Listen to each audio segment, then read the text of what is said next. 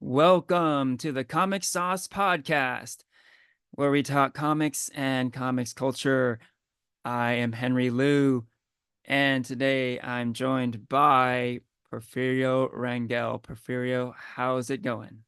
It's going good, Henry. It's a hot day down here in Southern California, but I am pretty cool right now, and I'm excited to be chatting here with both of y'all. Excellent.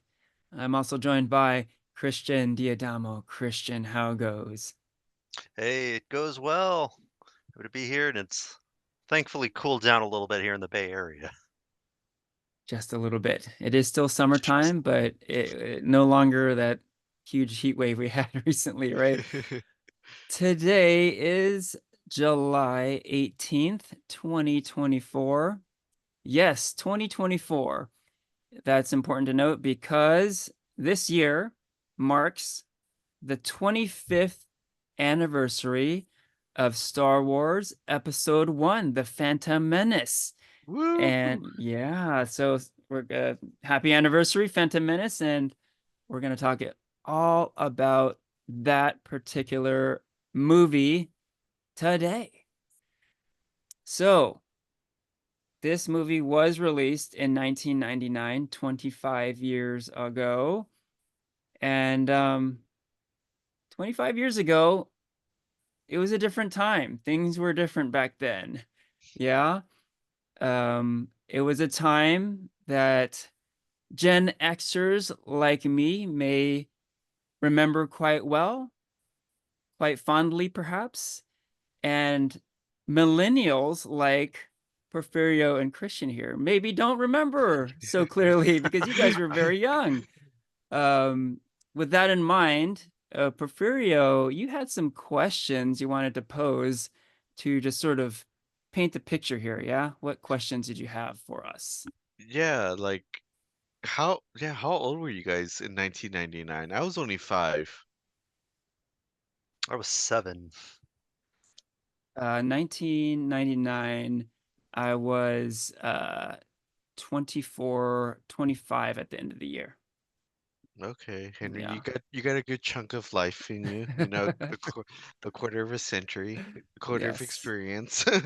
Um, Yeah, like you said, Phantom Menace came out in 99, and for me, this was, I want to say I'm a huge Star Wars fan, and it was because of this film that I became a Star Wars fan. This was my intro to the Star Wars universe, episode 1, The Phantom Menace, and as we know, it came with like mixed reviews and everything, and it was not, the first Star Wars film at all by far. There was like the original trilogy in the 70s, New Hope, Empire Strikes Back, and Return of the Jedi.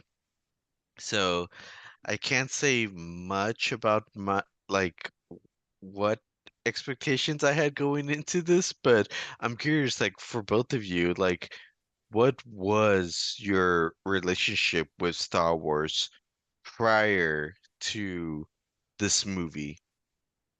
You want to go first, Christian? Yeah.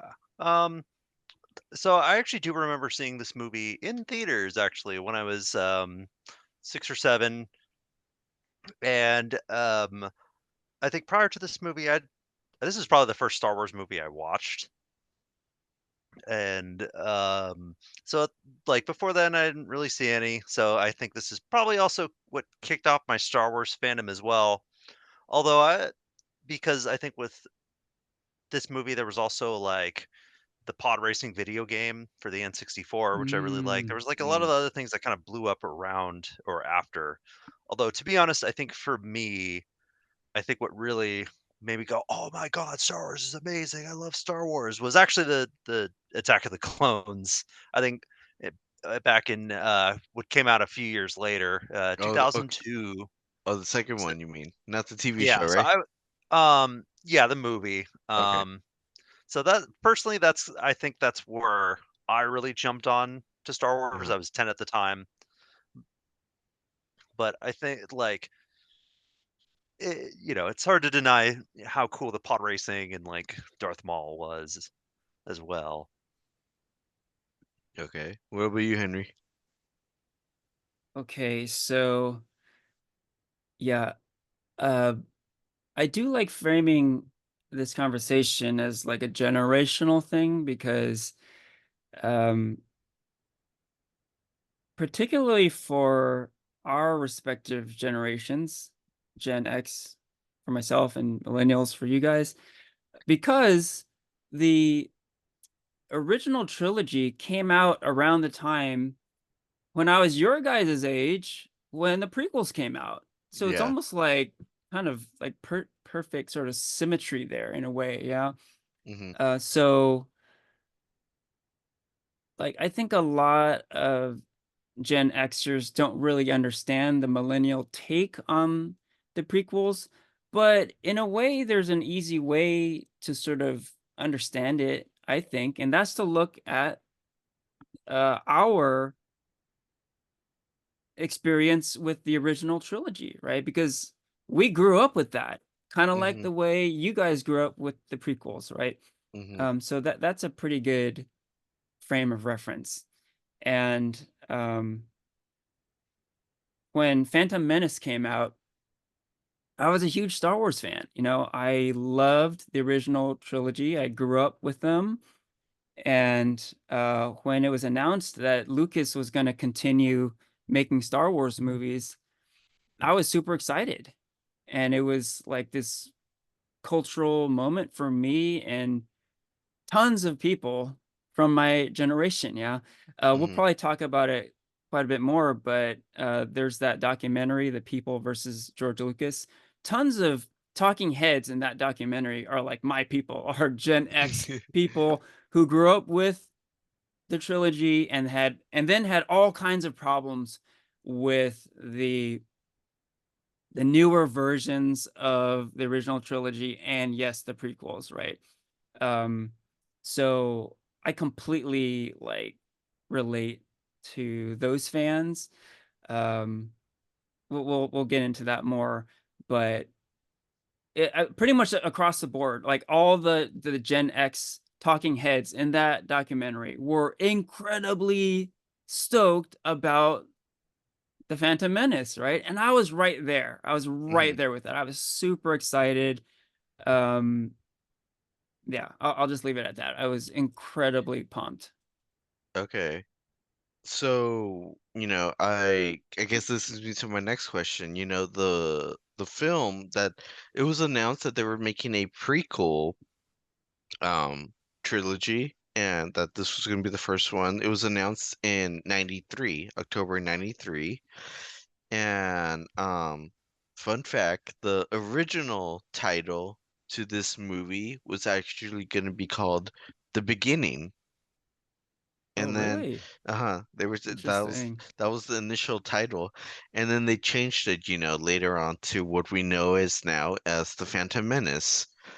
So, Henry, I guess for you, I want to get your thoughts, like on, because I could only speak to like when I was learning like the working titles of the Disney sequels of like Rise of the Skywalkers or The Last Jedi. I was just like, okay, like this gives me like a sense of where the storyline is, where Disney's taking the storyline. But what was like your initial thoughts when they put out the title The Phantom Menace, you know?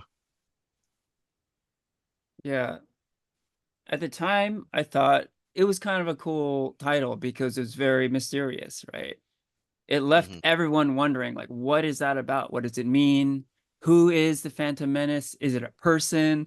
Like, what Hmm. the hell is this thing? So, for a movie where the curiosity level was already through the roof, that title just added fuel to that fire, right? All of a sudden, people are like, "What is this? What does it mean?" You know, and like all kinds of speculation. So, yeah, I mean, in retrospect, kind of a silly title, I guess. But But at the for like time, yeah, at the time for like marketing uh-huh, purposes, I think it was like perfection, yeah. honestly. No, like I could just picture myself like you said, like just hearing that, like that sounds so mysterious. Like what does that mean? Yeah, Like is are we gonna see like more of like this dark side of Star Wars, you know? Like I could yeah, only like imagine what you guys again, because this is all like the 90s was like pre-internet and everything. It's not like something that you could look up and interact with like an online like forum or look up like like at that time the Star Wars universe was kind of starting. We don't it yeah, didn't have like all this like Star Wars canon comics and spin-offs like that we have nowadays, like so much endless storylines. Like this was all like a universe that was just starting to grow, you know? yep, indeed.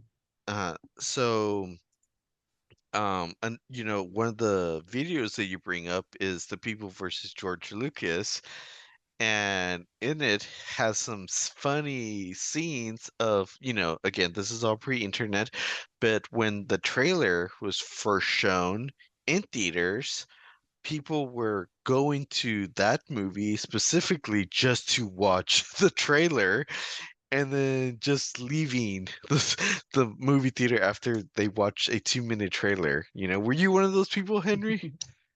I was not. I was not. I respected it for sure, but I didn't actually do that.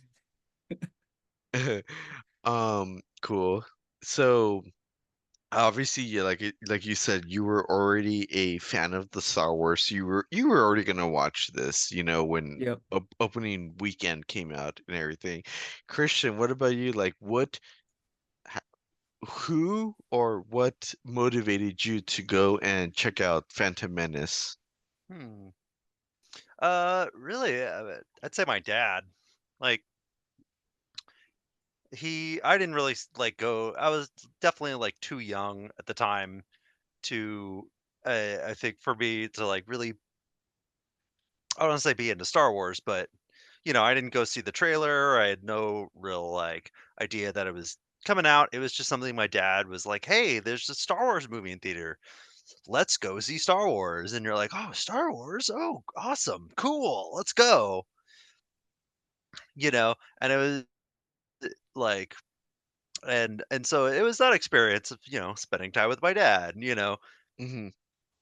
and having him like kind of introduce me to the series. Oh, okay. So like Henry, I guess, kind of said like it has a special spot in your heart for us millennials. This was kind of like our Hmm. introduction to the Star Wars universe, and we became fans ever since. The rest is history. Yeah. Much, yeah. Uh, so yeah, let's dive right into the movie, you know. Sounds And good. uh yeah, so I kind of want to start off with a few questions, I guess more for you, Henry. You've already seen the OG trilogy, Yep. um 4, 5, and 6, how cool or was it like an aha moment seeing like characters that you kind of saw like their origin story, like Yeah. R2D2, C3PO, Obi-Wan, Great question. Yeah. So, um, I'm gonna go back to the trailer real quick. I don't want to Okay. gloss over that too much because the trailer for this movie is legendary. Um, so you did allude to it where when the trailer for Phantom Menace came out, there were people who were so excited to see it. They bought movie tickets for movies that they didn't even see. They just went to go see the trailer for Phantom Menace and left. They Hmm. paid like a full price movie ticket just to see the Star Wars trailer. And and how it how didn't how expensive were tickets at that time? well, they're nothing compared to now, but due to inflation, it was still quite a bit of money, you know? uh, So but it keep was, going. yeah, let's just say it wasn't it was a lot of money to watch a freaking trailer, right? But keep in mind the internet was not a thing. You Hmm. couldn't go on YouTube and watch a trailer like you do these days. the only way to watch movie trailers were to go to the movies, right? So that's what some people did. And like I said, I didn't do that, but I think the reason I didn't do that is because I was a big movie watcher at the time, so I figured, okay, I'm gonna see this at some point. But if I wasn't like big into going out to the movies, like I could see myself like doing that, paying for a movie, and for the primary reason of watching the Star Wars trailer. I think I would actually watch the movie I paid for, though. I wouldn't walk out, but that's just me.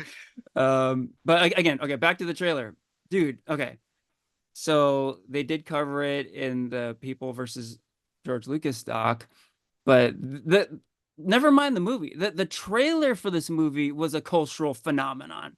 People were paying just to see the trailer. People were going crazy from this trailer. And like I might argue that this trailer is the greatest movie trailer of all time. Maybe not like, oh, the way it was cut together and that sort of thing, but just the subsequent like frenzy it caused. Yeah. The people who wanted to see the movie and the excitement level. A case could be made that this is the greatest movie trailer of all time. I'd agree with Yeah, that. Yeah. right, Like I don't know if I right. could think of another movie that people bought people bought tickets just to see a trailer. Yeah, Like I can't imagine that happened with like anything since or before. I mean, not really. Like No. the closest I can think of is maybe the first Avengers movie. I remember like getting super hyped watching that, and like everyone was talking about it, but it was a different time, right? Like I first saw that like on my phone, and I watched it over and over again for free. I didn't have to like go to the movie theater. It didn't have like quite the huge cultural impact of this one. Yeah. So the trailer was just a huge thing. And then, the trailer itself, I don't know if technically it was the best ever, but there's a lot of fucking cool shit in this trailer, right? Um, so Porfirio, you're asking about, oh, was it cool for like my generation to see these cool little fan moments in the movie? Well, we got a taste of that in the trailer. So you see Liam Neeson say, Anakin Skywalker, meet Obi-Wan Kenobi. Oh, fuck. Like, dude, like that was a holy shit moment, right? Um, when it was first announced that the new Star Wars movie would chronologically take place before the original trilogy, there were a lot of question marks, right? And a lot of people thought, like me, like, oh, I thought the new Star Wars movies were going to take place after the original trilogy, right? Why do it before? But then, like a moment like that, you're like, oh my God, like there is so much gold there, right? Because this whole like nostalgia fandom stuff going on now, it wasn't as much a thing back then, right? So it was kind of new territory. Like, what if you got to see the first time Anakin Skywalker met Obi-Wan Kenobi? What if you got to see like how Darth Vader became Darth Vader? Like, wouldn't you want to see that? And like after seeing this trailer, it was like a resounding yes. Like, hell yeah, show it to me. I want to see that, right? Not to mention other stuff like you get to see Yoda in the trailer.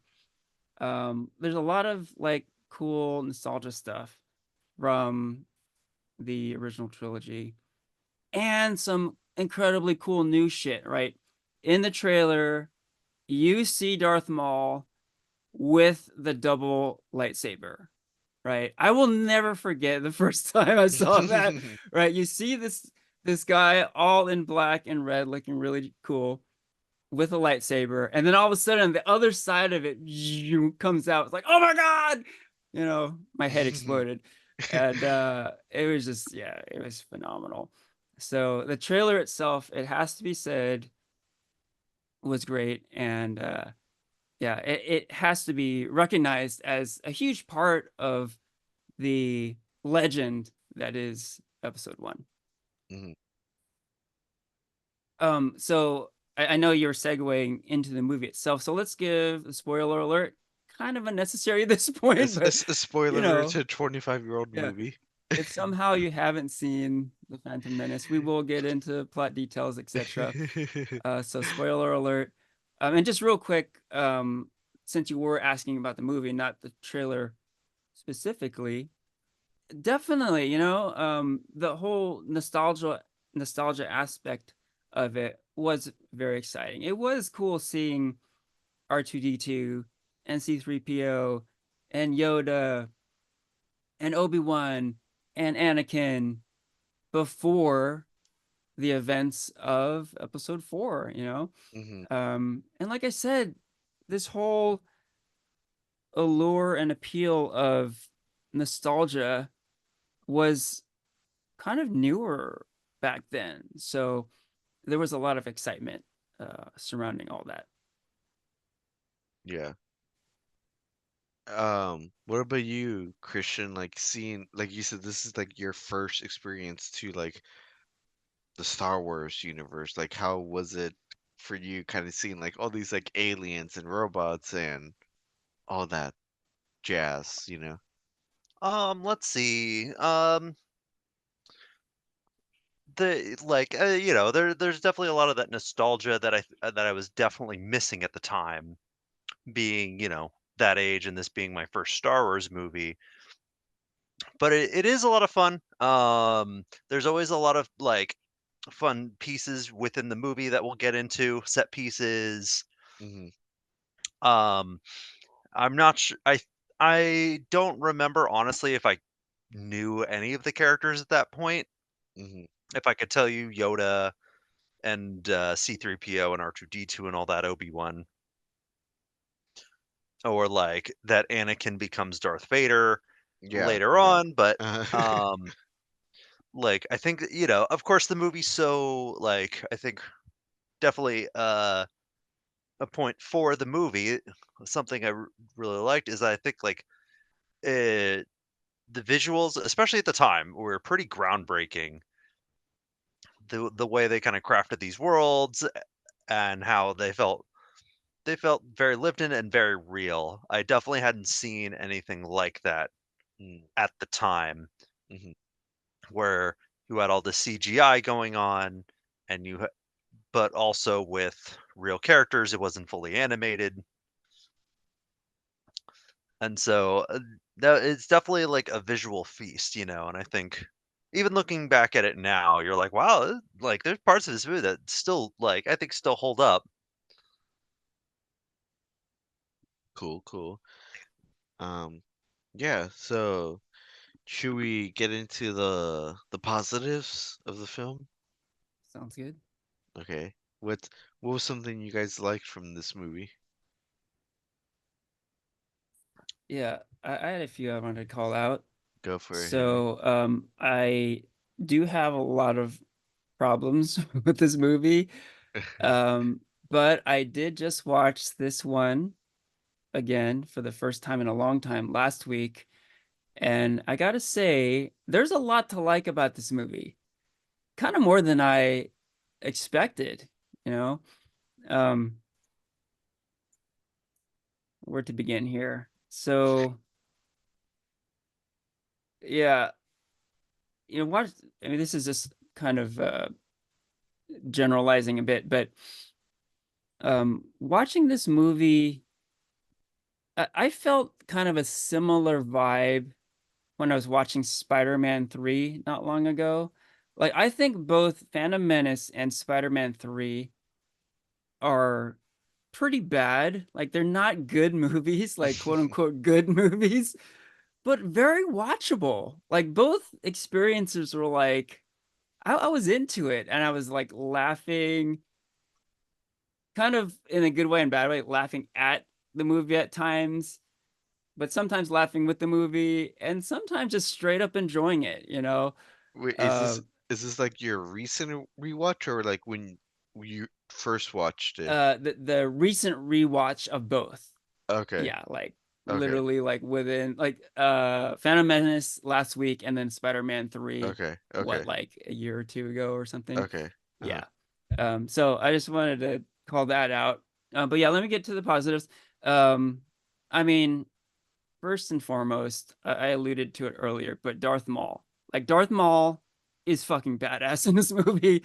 Hmm. Like I was kind of wondering how he would hold up because I do remember really loving Darth Maul when I first saw this movie in 1999 and he holds up.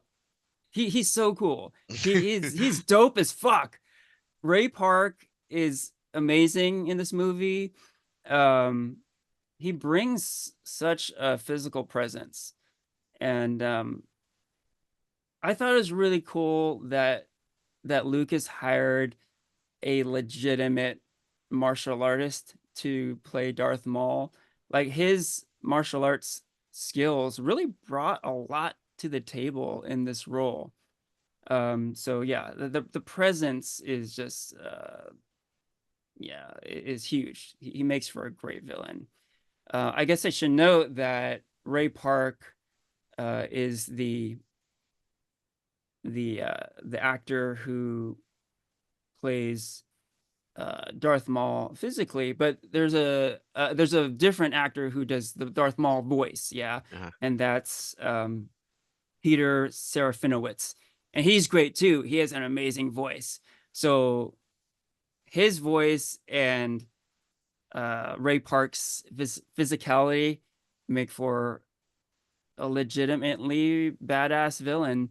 And like I mentioned, the double lightsaber is amazing.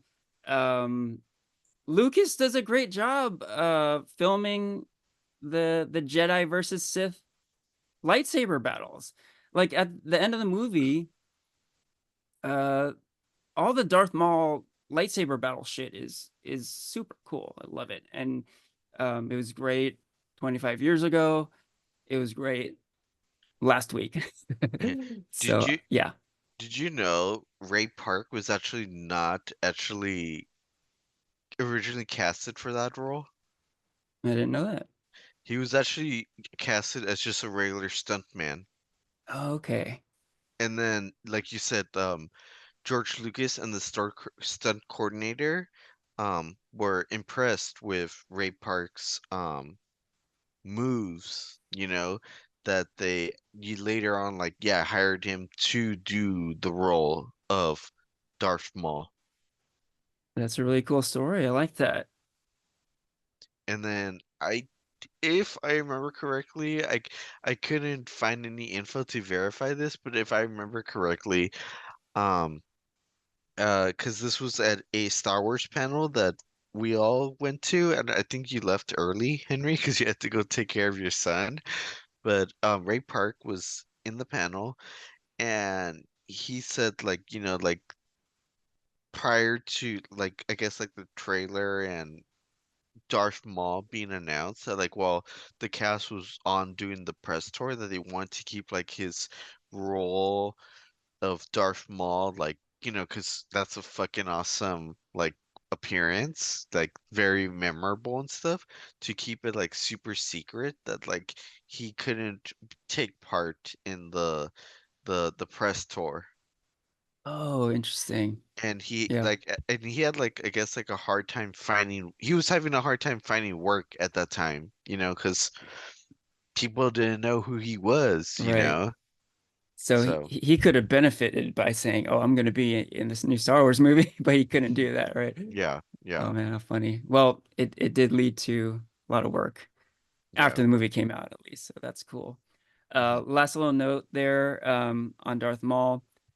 I think it's really cool too because um, the things that I enjoyed the most about rewatching this movie recently were things that I felt like uh, brought something new or different to Star Wars, right? So there was a lot of criticism about the most recent trilogy about it being kind of rehashing a lot of old Star Wars stuff. mhm, Um, and I think pretty much every Star Wars movie since Episode 4 has done that to an extent, right? Um, Phantom Menace included, but there was some shit that was different, and Darth Maul was one of them, right? You got to see this incredible martial artist on full display doing his thing, right?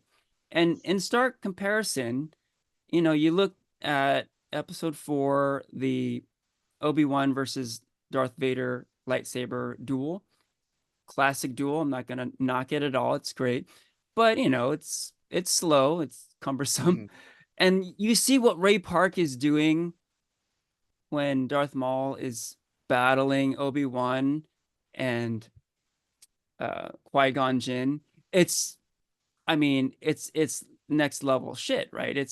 He upped the ante in a big way, right? Yeah. I will add too that I think it's really cool that Star Wars has roots in samurai films. Lucas was influenced by samurai films from Japan.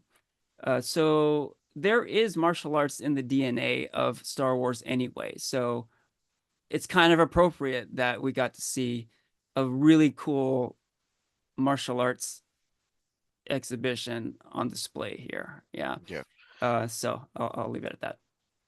What about you, Christian? What were your thoughts on Darth Maul? Yeah, it's cool to see that like for a character who had like man, I can't even remember, but he had like a maybe a few lines in the actual movie Yeah. and really like wasn't really present for like most of it. He pretty much just has a couple scenes here and there, and then he has the two fight scenes, one on Tatooine and then the one at the end of Naboo. He's become such an iconic part of Star Wars, you know? Like Mm-hmm. Mm, everybody knows who Darth Maul is. I remember it was really big when he appeared in Tony Hawk's Pro Skater 3 as a playable character. Like he alone has just become such a big part of the franchise in his own way. Like they brought him back, you know, and so like, and I think that really a lot of that does come to what you were talking about, Henry, with Ray Park's just like physical prowess, you know, and how he played like how he played this character who was like very mysterious, very like overpowering, as well as this the just awesome red and black design with the horns, you know. Yeah. Yeah, and the lightsaber was awesome. And yeah, yeah, you're right. like, We never really had seen a lightsaber battle like that where you get to see the Jedi and the Sith at the top of their game, you know, really going at it.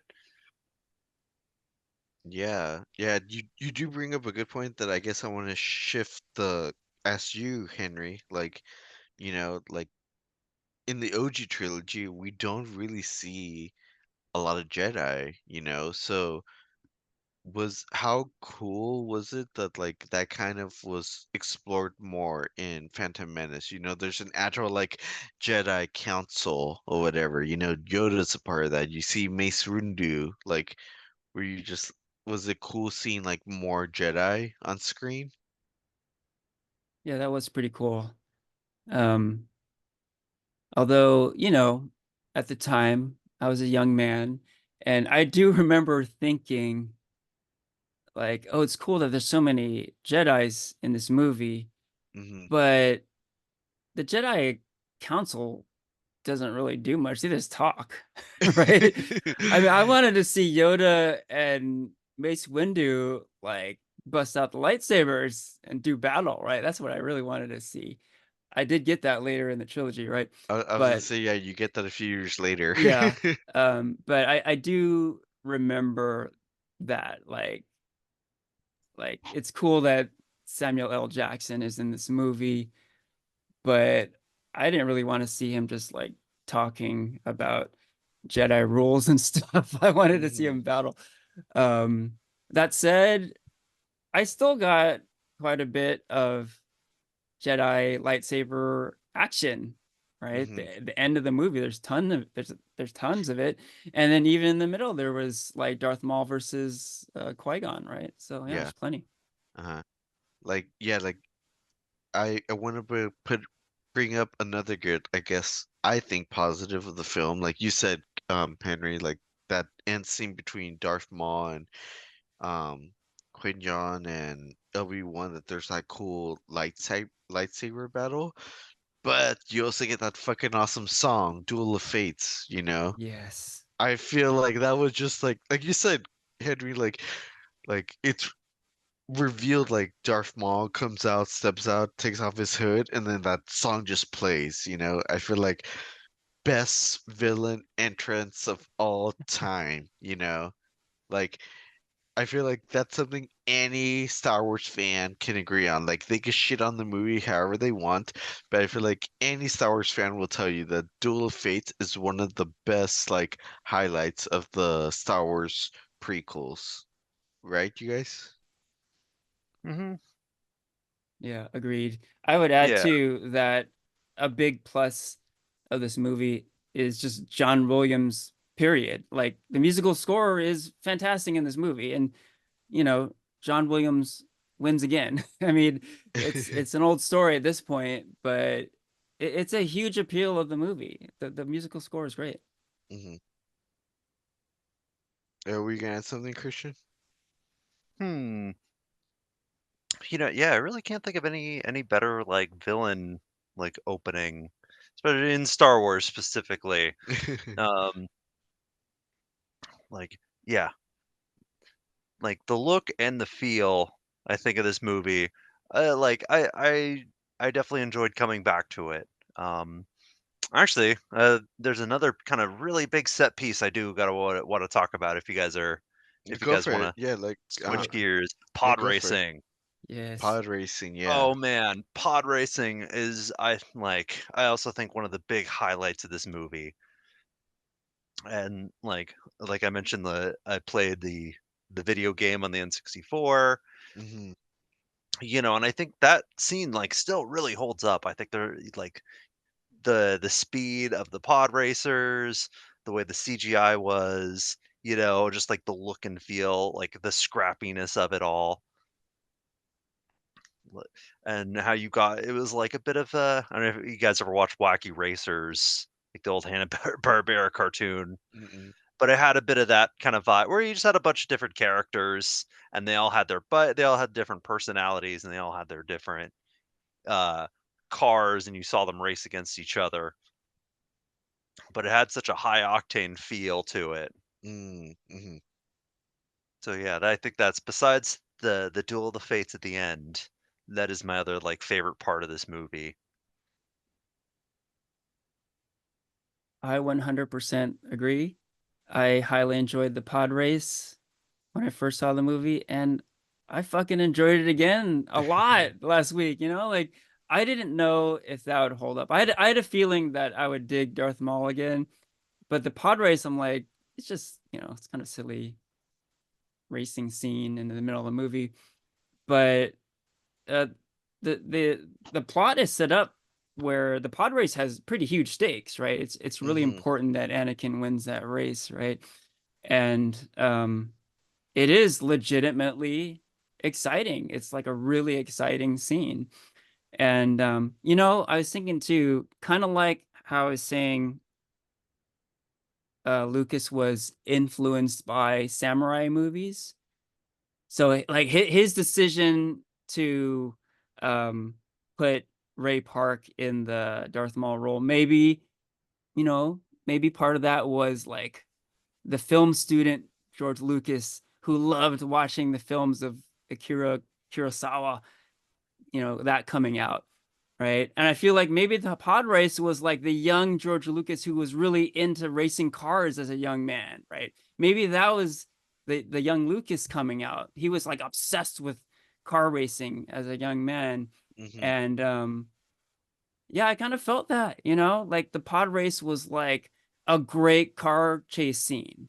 And maybe like that passion within him really came out and he made a fucking cool scene, right? And yeah, it was a lot of fun. I like what you mentioned too, Christian, about all the wacky characters, like it kind of makes you think of like Mario Kart and those types of games, right? With all the kinds of different characters and different vehicles. And yeah, just a fun scene. Cool. Yeah, I guess Henry, another character, because I'm talking about like reminiscing all these characters from the OG films, a character that was shown like they came from the OG series during the pod racing was Jabba the Hutt. You know, Yeah. was that like, did you care at all? Like that he made his appearance again, in this scene? Yeah, when I first saw the movie, anything that harkened back to the trilogy was pretty exciting. So I was pretty excited to see Jabba then. Yeah, Yeah. yeah. But upon rewatching, like Jabba is He's just like there. completely irrelevant, Yeah, he And just and like he's probably there, like you said, for just like fans to be like, oh, that's Jabba right. from the OG Yep, series, you that's know? all it was. And I would add too that like his appearance in this movie takes the allure away from him a bit because like the Jabba from Return of the Jedi was this like dangerous Gangster. gangster kingpin type character, right? Yeah. And in episode 1 here, he's kind of a joke, right? He like falls asleep during the pod race Mm, and yeah, kind of a weak appearance. So I could have done without it in retrospect. hmm I guess before we shift on, I guess like another reminiscing question I have for you, Henry, is like again, like we're back here on Tatooine, like the Jedi, if I remember correctly from Phantom Menace, like they couldn't hyper jump to another galaxy or whatever, and then they had to go back to Tatooine. So they're like it's like this desert planet, where you kind of like ha ha ha Tatooine. Yes, I know where that is. Yep. Yeah, Was that that's fun. Like I said, at the time, any reference was yeah? exciting, Uh-huh. and like I like the fact that the Star Wars universe is like it kind of feels like a small universe because they do go back to Tatooine a lot, and they do go back to different places a lot. And I like the familiarity there. Mhm. Any more other positives before we jump into the negatives? Because I feel like we have a lot of negatives. Yeah. I had just a couple quick fires here and there. You mentioned like the nostalgia stuff, like old characters reappearing. Like I thought it was kind of cool that there was an unfinished 3C C3PO in the hmm movie. hmm I thought it looked kind of cool, Christian, you've been mentioning how you enjoyed the look of the movie. I did too. Like I think this movie gets a lot of flack for being like too CG. And since the complaints of this movie and the prequel movies, Star Wars and a lot of other movies have gone back to practical, right? hmm So this movie is almost like a poster child of a movie that has too much CGI. But I don't know. When I watched it last week, I thought it looked pretty good. It looked pretty clean. I mean, it was 1999, so there were some dated aspects to it, but overall, I felt the look was kind of cool. And along with that was like, yeah, the unfinished 3PO. And I thought it was kind of a cool idea and looked pretty cool. Mhm. Yeah. Um, Actually, if I'll go off of that for a bit, the movie, yeah, I've heard a lot of the complaints. The movie's too CGI, and of course, we'll probably get into some of the complaints with, I guess, some of the actor performances later on and how that affected it. But I think this movie was very trailblazing in that aspect. Now it's easy to forget now the idea of a movie that's completely shot on green screen, where you have an entire character that's CGI following around main characters, and how I think this movie in a way it's almost a bit like a tech demo. It's the first movie to really try out that idea that we've seen just about every Hollywood movie today kind of do that. movies like the Avengers and all that, or Mm-hmm. Guardians of the Galaxy, where you have these complete alien worlds, completely filmed on a green screen, with motion capture. And so for a movie to like really kind of like blaze that path and like try it first, even though it has a lot of hiccups, like just I think like in terms of just talking the visuals, like I thought it was like, oh wow, this is, like a pretty good first try, you know? Like it's definitely, I think that's something that's really worth like appreciating about the movie. Mm-hmm.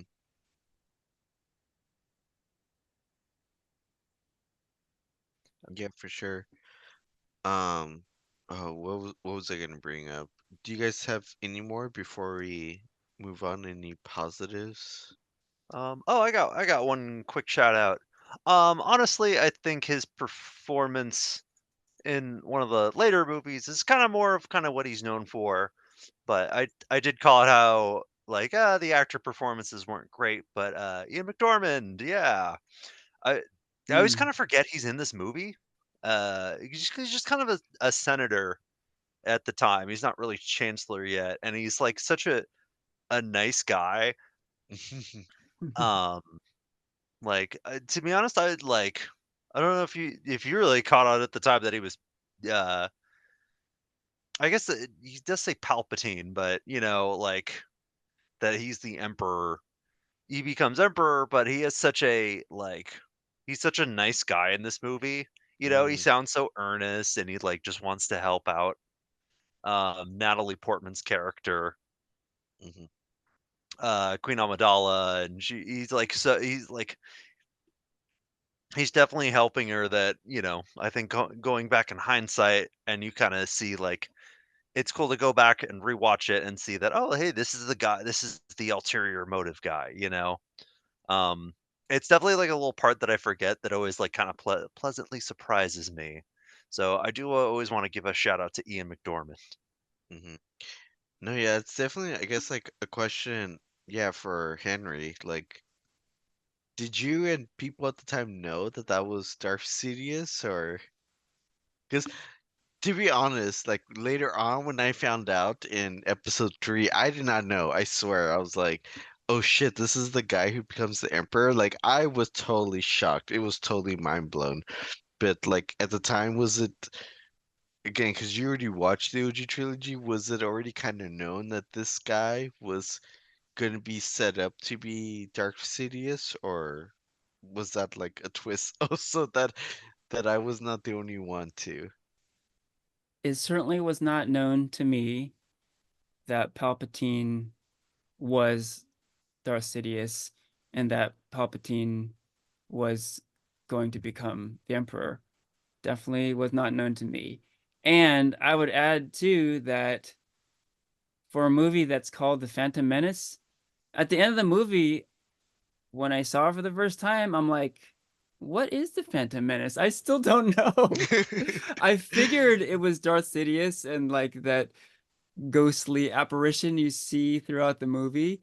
Mhm, But then I kept thinking that's too obvious. Like there's something else. And I never made the connection, or I didn't make the connection at the time mhm, that Palpatine was Darth Sidious.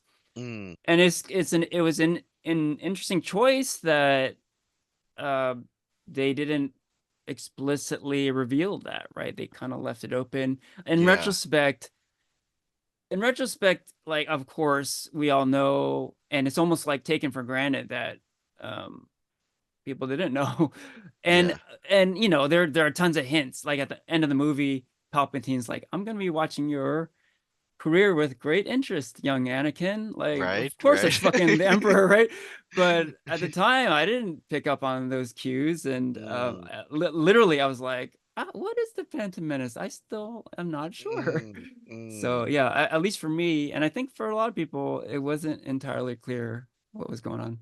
Okay, cool. So I'm not, I mean, like, again, like, I know it's just a youngling, but at least I wasn't the only one that was not, like, didn't know. Yeah, yeah, yeah, But that's interesting. That you say that wasn't, like, totally well known at the time. That's yeah. cool. it was a kept secret, I guess, by on George Lucas's part, you know. Yeah, without the internet, it was easier to keep secrets back Right? then, right? You couldn't like share all these like conspiracies or Yeah, anything like that, you know. yeah. Uh-huh. Oh, hey, Um, real quick, one more little positive. Quick shout out to Liam Neeson. I think he was pretty good in this movie.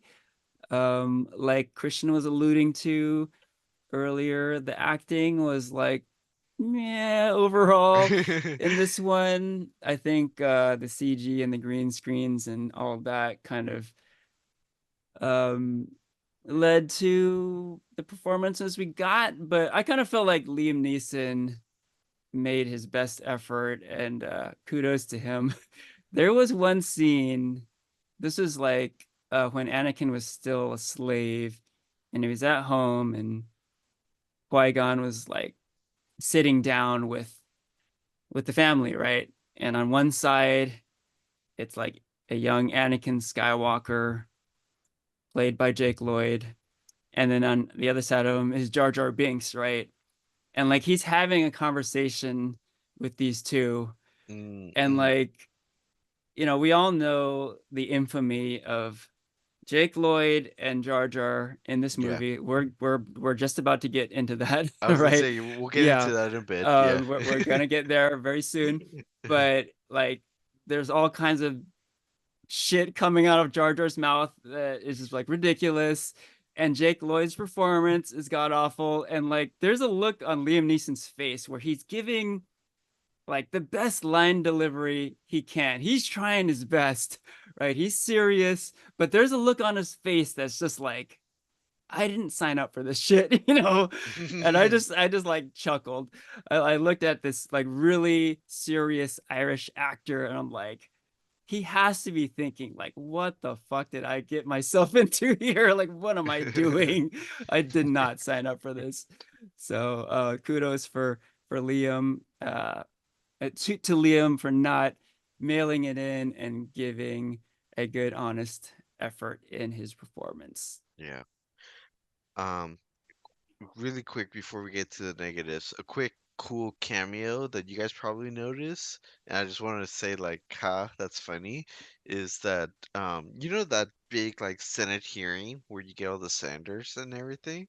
Mhm. You see the ET aliens, you know? Oh, you do? Oh, I didn't Yeah. catch that.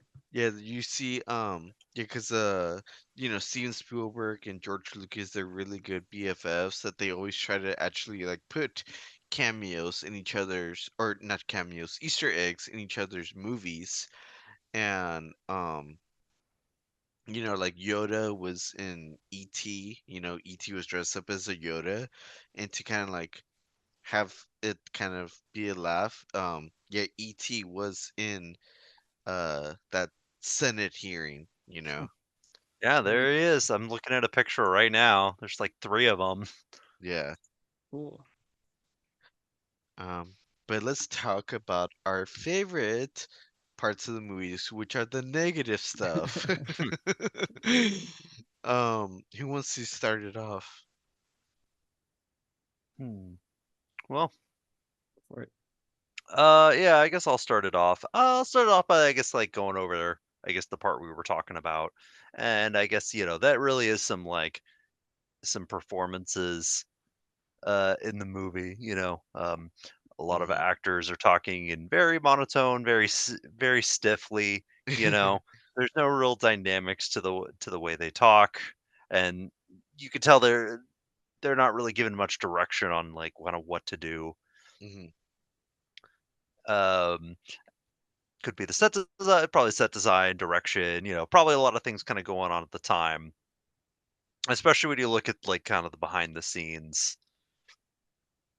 But ev- like yeah, it is really bad when like the biggest performance we talk about is someone who didn't have any lines, in the movie, and Yeah. that's like the most iconic performance of the movie.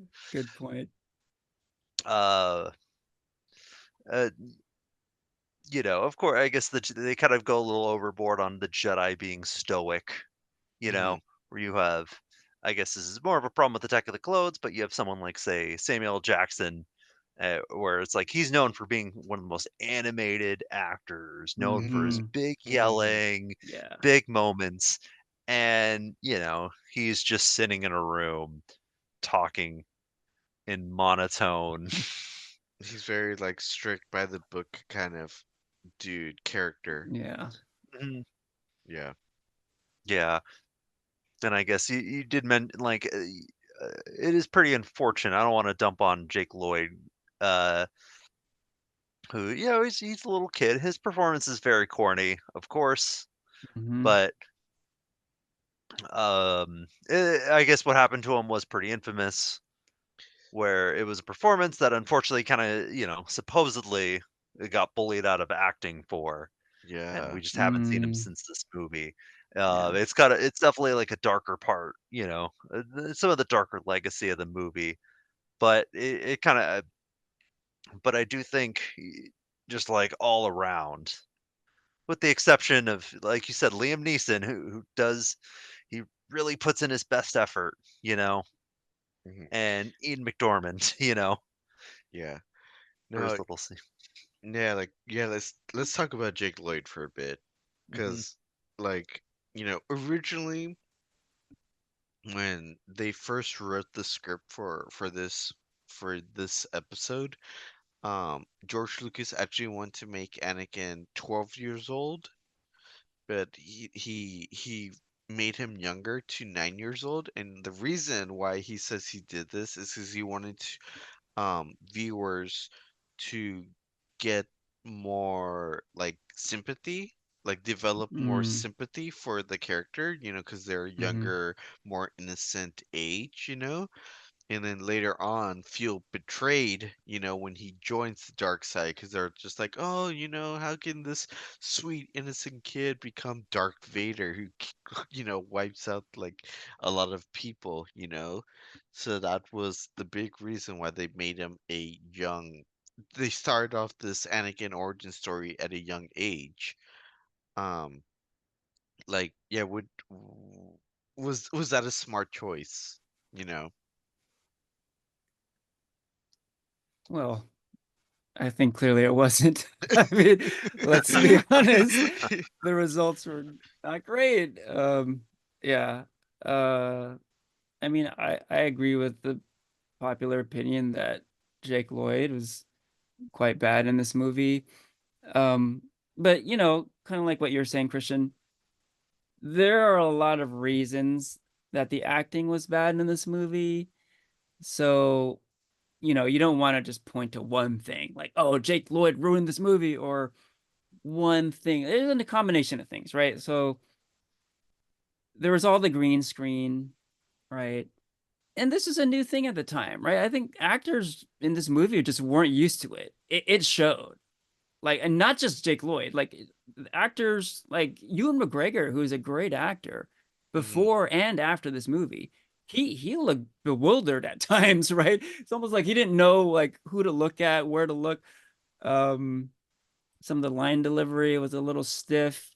I think maybe Lucas could be at fault a bit there. Like I have heard that he's kind of notorious for not giving actors a whole lot. Just sort of like, yeah, go ahead, right? Read the dialogue and just not giving the actors a whole lot. I think maybe that happened here. Um, what else? Like, the screenwriting, like, let's be honest, the screenplay of this movie is not great. So I think it's just a number of factors. Um, could a different actor had could a different actor have done a better job than Jake Lloyd? Probably, but um, like I don't think any young actor in this position could have like hit it out of the ballpark. Let's put it that way, because it was a really tough job, right? You're acting in front of a green screen and a director who is probably very intimidating, right? You're working with a legend, and maybe he's not giving you a lot of help, and just like all these factors. The screenplay wasn't great, so it was almost like an impossible mission. So yeah, I'm with you guys. Like, you don't want to like bash Jake Lloyd too much. Um, all that said, like he's bad. I mean, he's just really terrible in this movie. His acting kind of reminds me of like the acting you might see on like the Lifetime movie channel, like that kind of stuff. You know what I mean? It's just Yeah.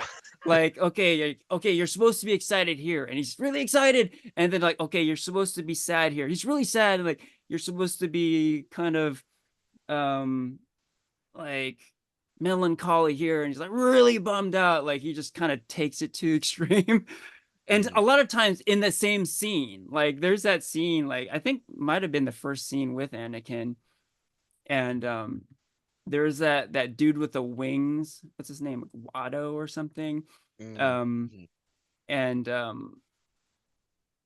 it's supposed to be like you're getting to know Anakin and his tough life, Yeah. and then but the scene kind of ends with like Watto saying, oh, but you can go now, and he just goes yip, and he runs out the room like completely like changing like his mood like instantly. So that was kind of my experience with the performance. It was just kind of like all over the place, and there was like very little like realism to this character at all. So yeah, fortunately, it was bad, very bad, Yeah, but mind you. maybe Oh. not the worst thing about this movie. Dot dot dot. Okay, go ahead, Christian. Yeah, well, let's get into the worst thing about this What movie. might that be? Oh man, I think it's good old Jar Jar. Jar Jar. Mm-hmm. Yep, agreed. Yeah, Misa thinks it's Jar Jar Binks Oh that's the my worst God. part of this movie. Yeah, definitely the most memed, and like, but I will say, he was a different, it was something new for Star Wars, you know. George Lucas behind the scenes, he said, like, we've never done like a funny character before. I think Jar Jar Binks is the funniest character we've ever done. And we all know how that went. And Didn't oh, uh, go ahead. I was gonna say, didn't like in the People versus George Lucas that like George Lucas made Jar Jar from like a toy merchandise perspective of like, oh, this character is gonna sell a lot of toys, you know?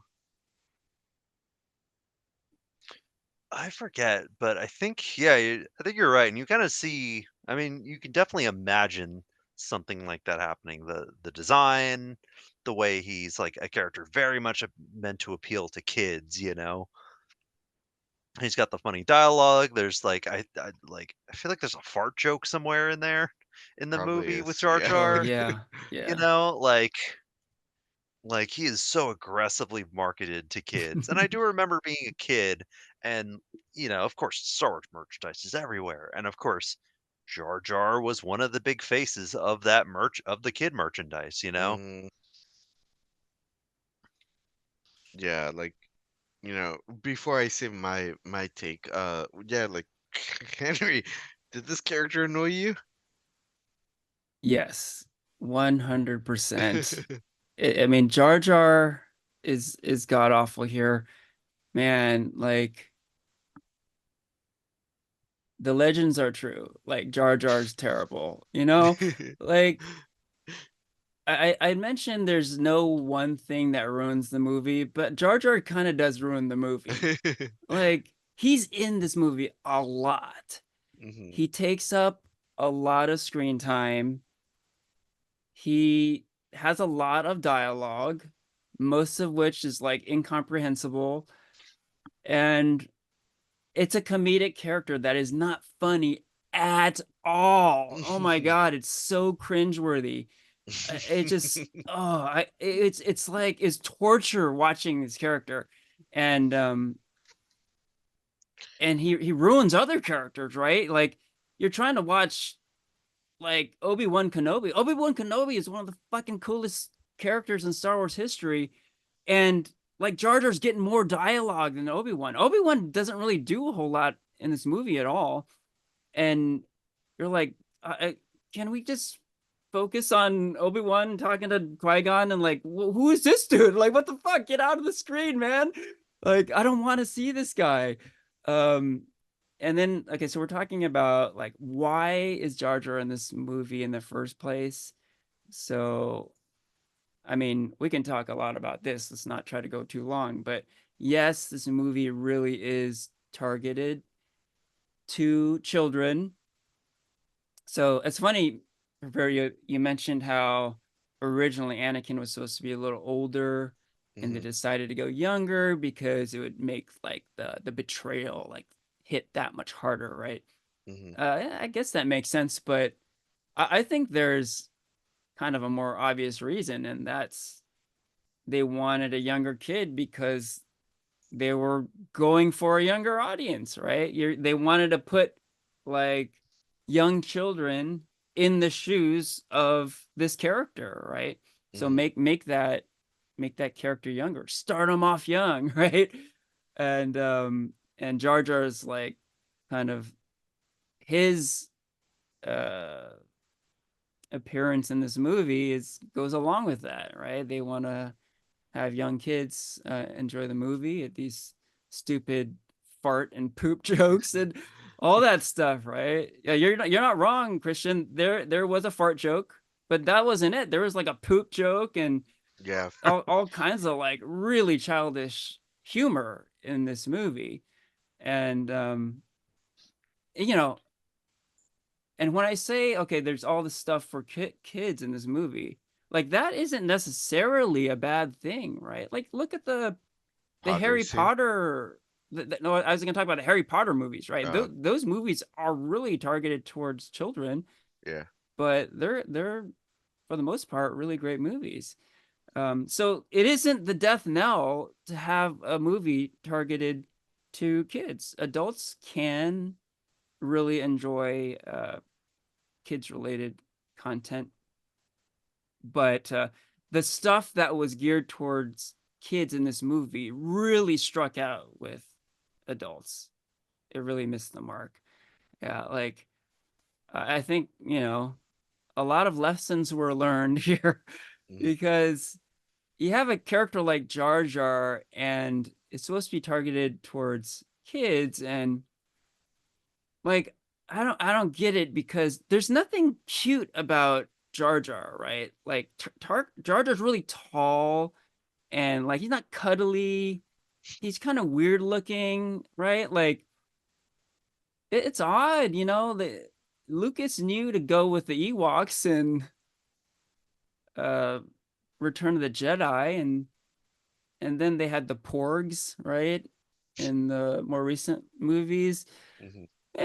Like you get a cute little stuffed animal, you got your merch, right? But like what the fuck was he thinking with Jar Jar? Like this is not like sellable cute merchandise. I really don't get it.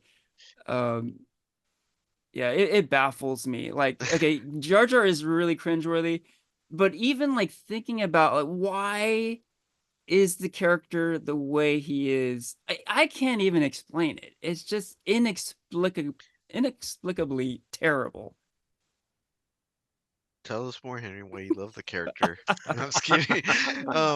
No, I mean, I know how much you're hating it, you're bashing on it, but to be honest, like when I was a kid, 5 years old, watching it, I did actually enjoy Jar Jar. I thought he was, again, I was only 5 years old. I laughed at the jokes, the stupid jokes. I can't rewatch it and be like now of just like very cringy, but I feel like it did its job at like targeting kids because I fell for it. But so I can't entirely hate Jar Jar like how the majority of folks do. Um, but I want to bring up before we get out of the conversation of Jar Jar, I want to bring up this controversy behind the character because over the years there's been a lot of controversy that he is it's a racist character. Do you guys know about this Oh controversy? yeah. Yeah, a little Okay. bit. Um, do you guys does someone want to explain it and and say if they agree or disagree with it? Okay. Let's see. I didn't look up too much into this, I guess, before we started casting, Uh-huh. but this is something I've just kind of heard, that the way Jar Jar, like talks, the way it's depicted is, a racist stereotype. Hmm. Um, uh, like there's For Jamaicans. yeah, for Uh-huh. Jamaicans, and I think it's definitely something that I think when I first watched, I mean, I was like 7, like I said, Hmm. Hmm. didn't pick up, thought he was kind of funny, but once you kind of see it, you can't Let's unsee it, see it. Yeah, for sure. And I think watching it again, that's like once you hear the Misa, you're just like, oh God, you know. I think I've also heard the same a similar criticism for Watto as well, and how Watto was depicted. But of What's course, what's that one? I I don't know. forget which one it is. Watto He star. kind I'd of have to sounds like, Italian, doesn't he? yeah, I think he might be Italian or Russian or Oh, something like really? that. Oh, that's new to me.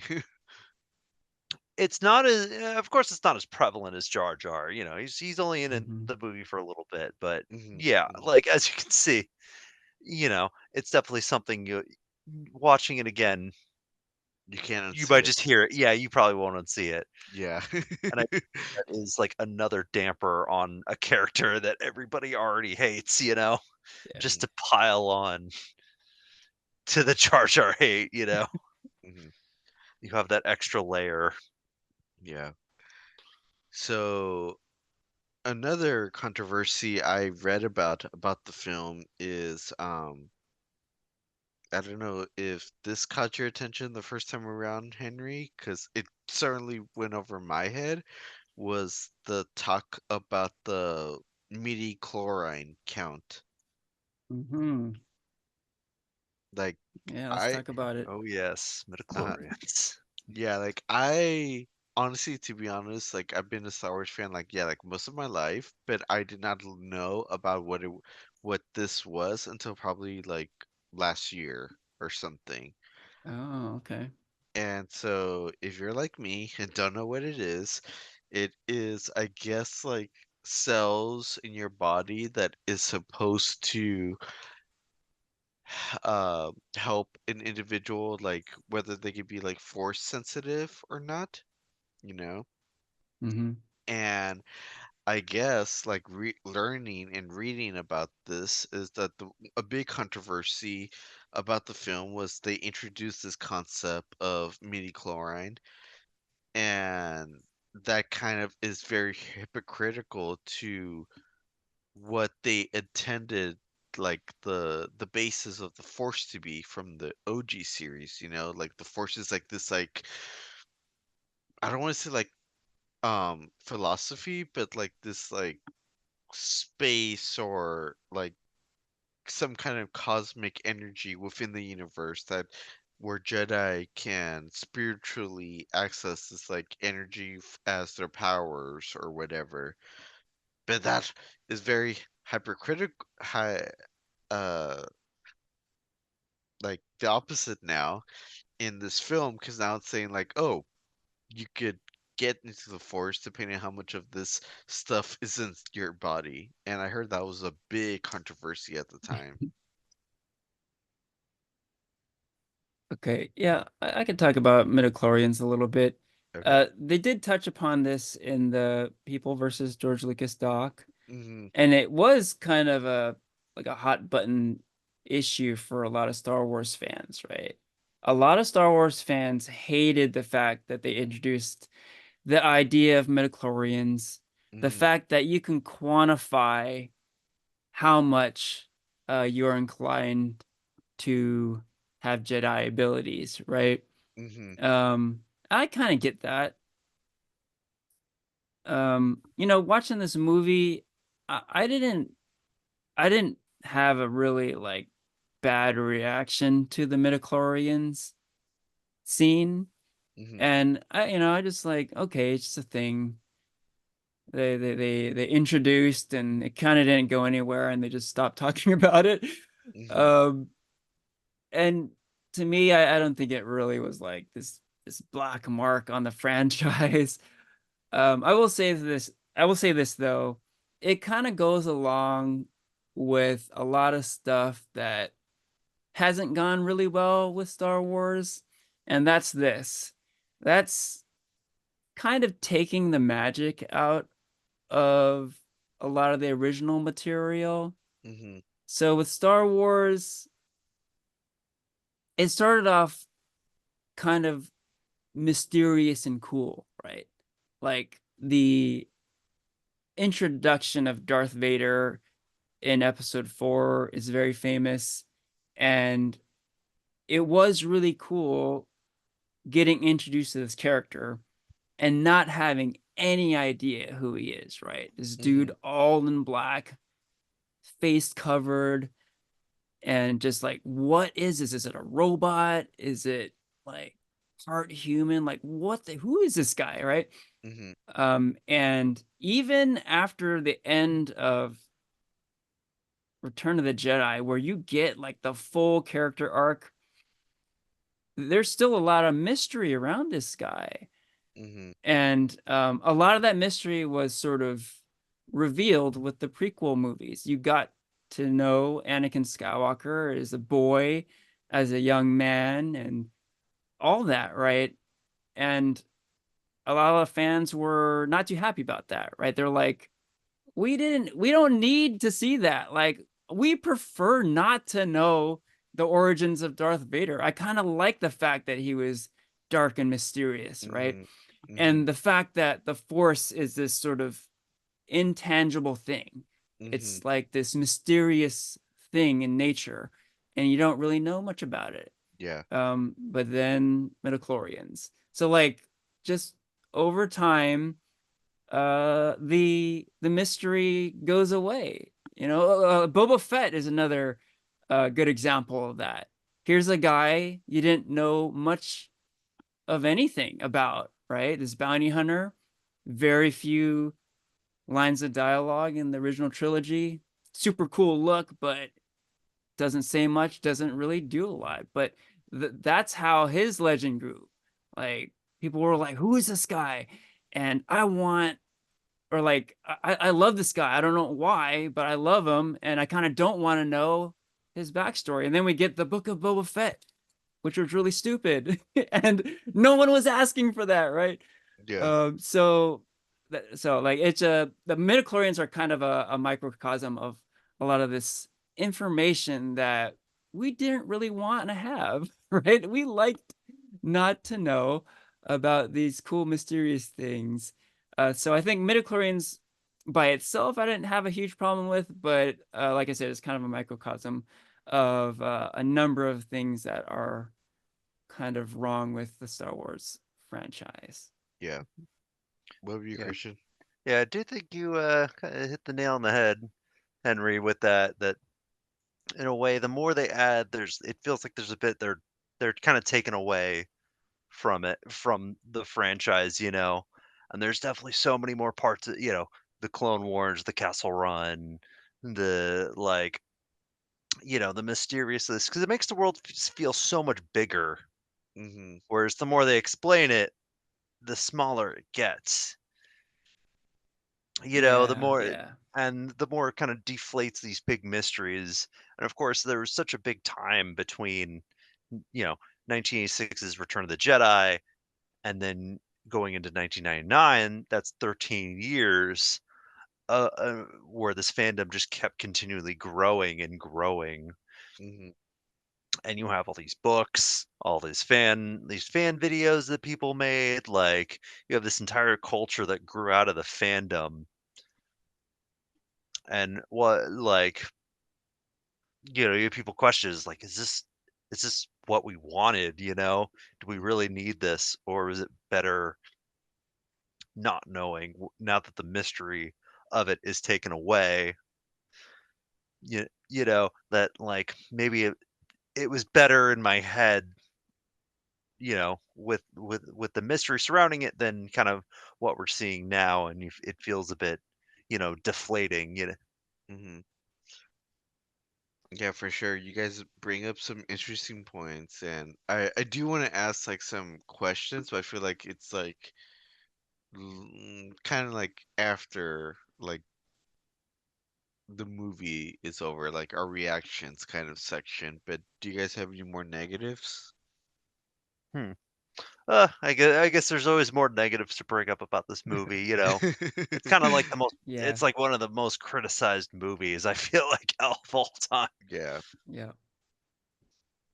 I had one I wanted to bring to light. Um, this movie is kind of notorious for having a really terrible plot. Um, so for a franchise that's known for exciting lightsaber battles and action and adventure, this movie is essentially about uh, trade routes and taxing Hmm. them. Hmm. A plot I still to this day don't really understand. Like, um,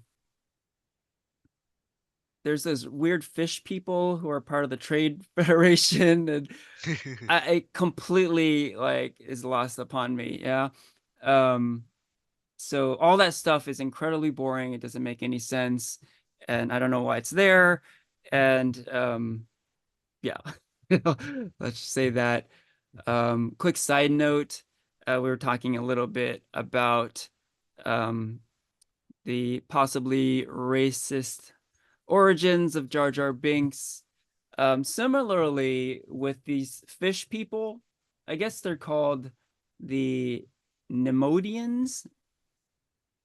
There's been some write-ups about how they are racist portrayals of East Asian people. They do kind of sound like they have Japanese accents. It's really strange. But I mean, the only thing I'll say about that is kind of like Jar Jar, like they already have nothing going for them. It's like such a black mark on the movie already, and you don't want to think about them anymore. Like the fact that there's possible racism there, it almost doesn't matter because they're just so, you know, overtly bad in the first place. So let's just forget about this fish people. Let's forget about Jar Jar and move on. Yeah, It's bad. that's It's all bad. why Jar Yeah. Jar never really appears much after this movie. None Pretty of them much. really do. Yeah. Yeah. These fish Jews never really show up either. So I will, yeah. um, going back to your point about how the plot was pretty bad. It is kind of funny, like you talk about this movie being so aggressively marketed to kids, and how you have Jar Jar and like Jake Lloyd being so young. Like it's kind of at odds with a plot about trade routes. Like Yeah. I'm going to admit, I mean, I don't know what this. I have a lot of problems. I still don't fully understand what this movie is about. I definitely didn't understand what this movie was about when I was 7. I had such a I do remember having a hard time following it as a kid, even though there's all these fun, bright colors everywhere, and you enjoy the set pieces. No idea back then, and a little bit more of an idea now, but not much. Yeah. I mean, the only thing I can think of is like in real life, like in real life world history, that's how a lot of wars started, right? Because of disputes over trade routes and taxing trade routes. And I can only think that that was what George Lucas was thinking. Like, oh, let's make this plausible. These Star Wars started because of taxation of trade routes, just like real human history. That's the only thing I can think of. But it's really ridiculous that he would have that such a be such a major plot point in this movie. And it really took the sting out of that opening crawl, right? Like we're talking about this movie as being like one of the most highly anticipated movies Hmm. of all time. And Hmm. like the very beginning doesn't disappoint, right? George Lucas made a good decision with having it start with a long time ago in a galaxy far, far away, using the original Star Wars John Williams theme. But then he hits us with this opening crawl, which makes no sense at all, right? You're like super excited, and you're reading these words that are just like, not computing, does not parse. I don't understand. Let's just move on. Let's just move on. And it's really funny. But yeah, it has to be said that the plot of this movie is kind of garbage. Yes, it is. So like, okay, I want to ask like a question, I guess like Henry, that you kind of alluded to is like the Star Wars fandom, you know? Yeah, let's talk about that. And I guess like, like you said, like one reason why Darth Vader was so appealing to many viewers and fans of the franchise is like that mysterious like background, and then here comes the prequels, and we get like an actual origin story to this mysterious character, but obviously the prequels they bring up a lot of references and origin stories to a lot of beloved Star Wars OG characters, like R2D2, Obi-Wan, Jabba, C3PO, do you guys think, because I could only speak to how people reacted to the Disney sequels, but like, do you think that like fandoms it becomes really toxic when, like fandoms have like their own origin story in their mind, and then they get upset when there's an actual origin story, and they get so upset that it doesn't align with their vision, you know? Like, does that mean like the fact that George Lucas made a prequel in the first place, like does that mean like it was doomed from the start? Well, you're asking a lot of big questions, Porfirio. I did my homework, man. I I like took it. notes. I like it. I definitely have thoughts. Um, so it was really cool that we watched this movie, episode one, and we watched the People versus George Lucas doc, because both really made me think about fandom a lot. hmm So interestingly, with the People versus George Lucas, now that came out I think like when? 09 or 2010, I think. Thereabouts. Let's get the exact release 2010. date. 2010. 2010. Okay. Um, so that's important to keep in mind, the time frame of that doc, and it's also important to keep in mind the time frame of this film, release date 1999. Particularly Phantom Menace, 1999. Like these are early days in hmm terms of fandom. Like we've been talking about it, but at this time, fandom, I mean, it was a thing, but it really wasn't an acknowledged thing.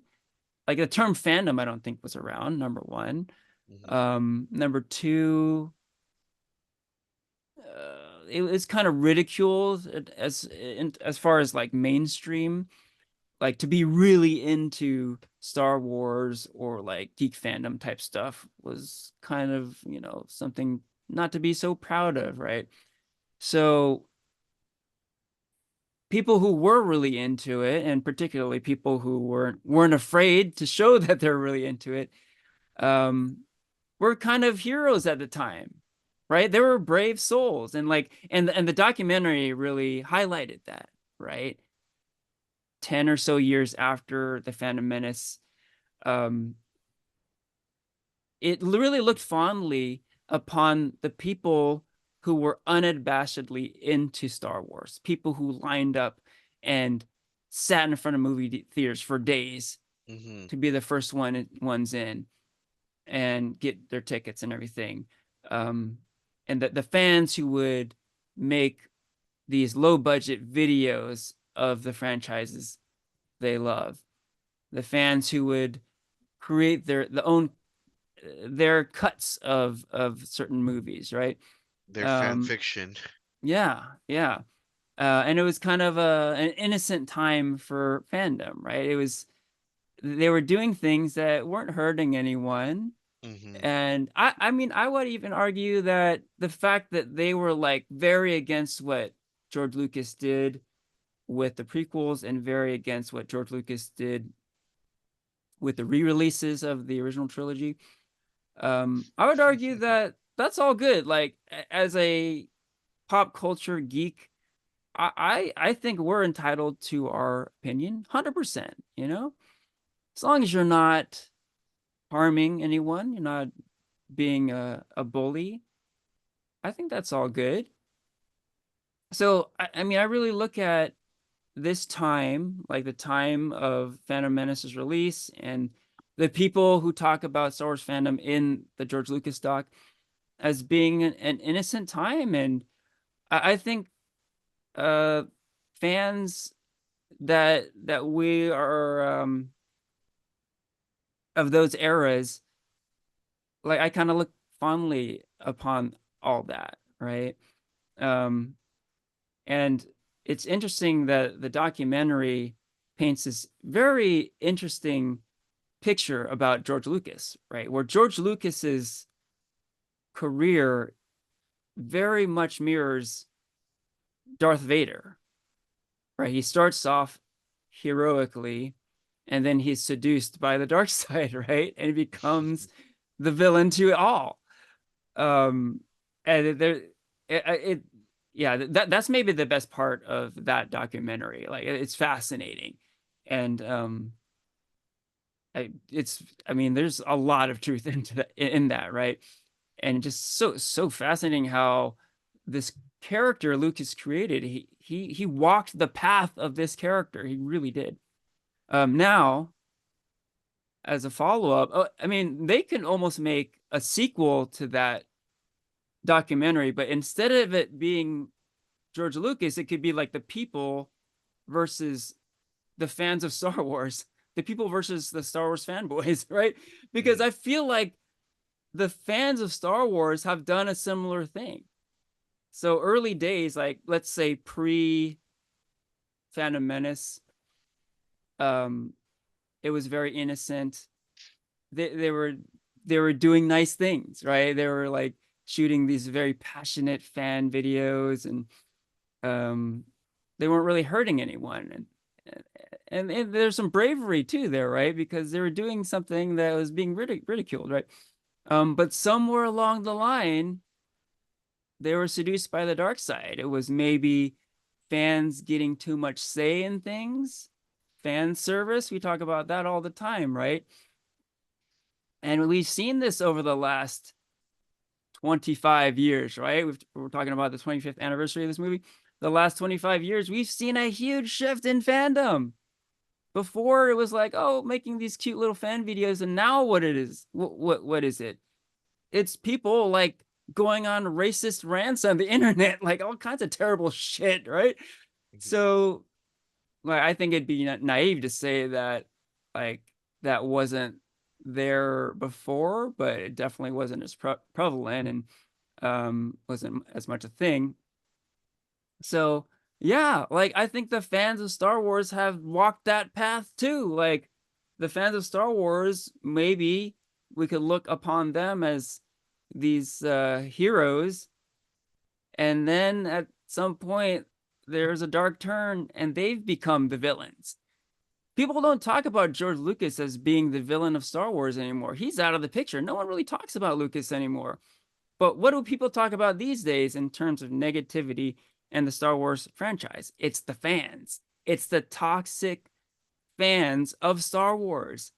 People literally say Star Wars fans are the worst fandom on the planet, right? It's really terrible because I've seen it. I've seen it, what's happened, and it wasn't that way before. It was like Star Wars fandom was this really cool innocent thing before, but now it isn't. So it's like this full circle moment. Yes, fascinating, but also kind of sad and terrible at the same time. Mhm. Yeah, very well said. Nobody hates Star Wars more than Star Wars fans. Yep. It's a quote I've seen on the internet more than a few times. Okay, so another question I have about fandoms, I guess. I don't know, maybe. Because this was kind of, I feel like, a theme that we've been saying throughout the conversation, this podcast episode. Like, who, who was this movie made for? You know, was this movie made for the OG fans, like Henry? You know, like that grew up loving Star Wars and had already developed a friendship or connection to the Star Wars franchise? Or was this film made for kids, you know, to introduce a whole new generation to Star Wars and have all these like stupid comedic um or tried to be comedic characters and scenes like me and Christian? Like who do you guys like, who was the target audience to for this film? Hmm. I mean, personally, I can say definitively in one sentence, it was made for kids. That's Mhm. it. That's how I felt when I watched it last week. I was like, holy shit, this was not meant for me. This is not meant for me. I was not the target audience for this one. Yeah.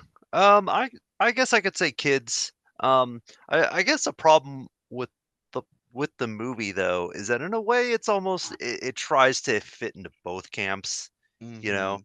it tries to have its its cake and eat it too. As far as that is trying to, we want to bring new fans in, really make it for the kids growing up, so they can have Star Wars to grow up on, as well as, but to cater to the fans who have loved Star Wars for many years, and the people who have been buying tickets just to watch the trailer, Yeah. the hardcore fans. And because it's kind of really trying to get both, in a way, it kind of gets neither. Well, that's why it has such a Mhm. confusing plot about trade routes, Uh-huh. while also like having characters that people find really annoying.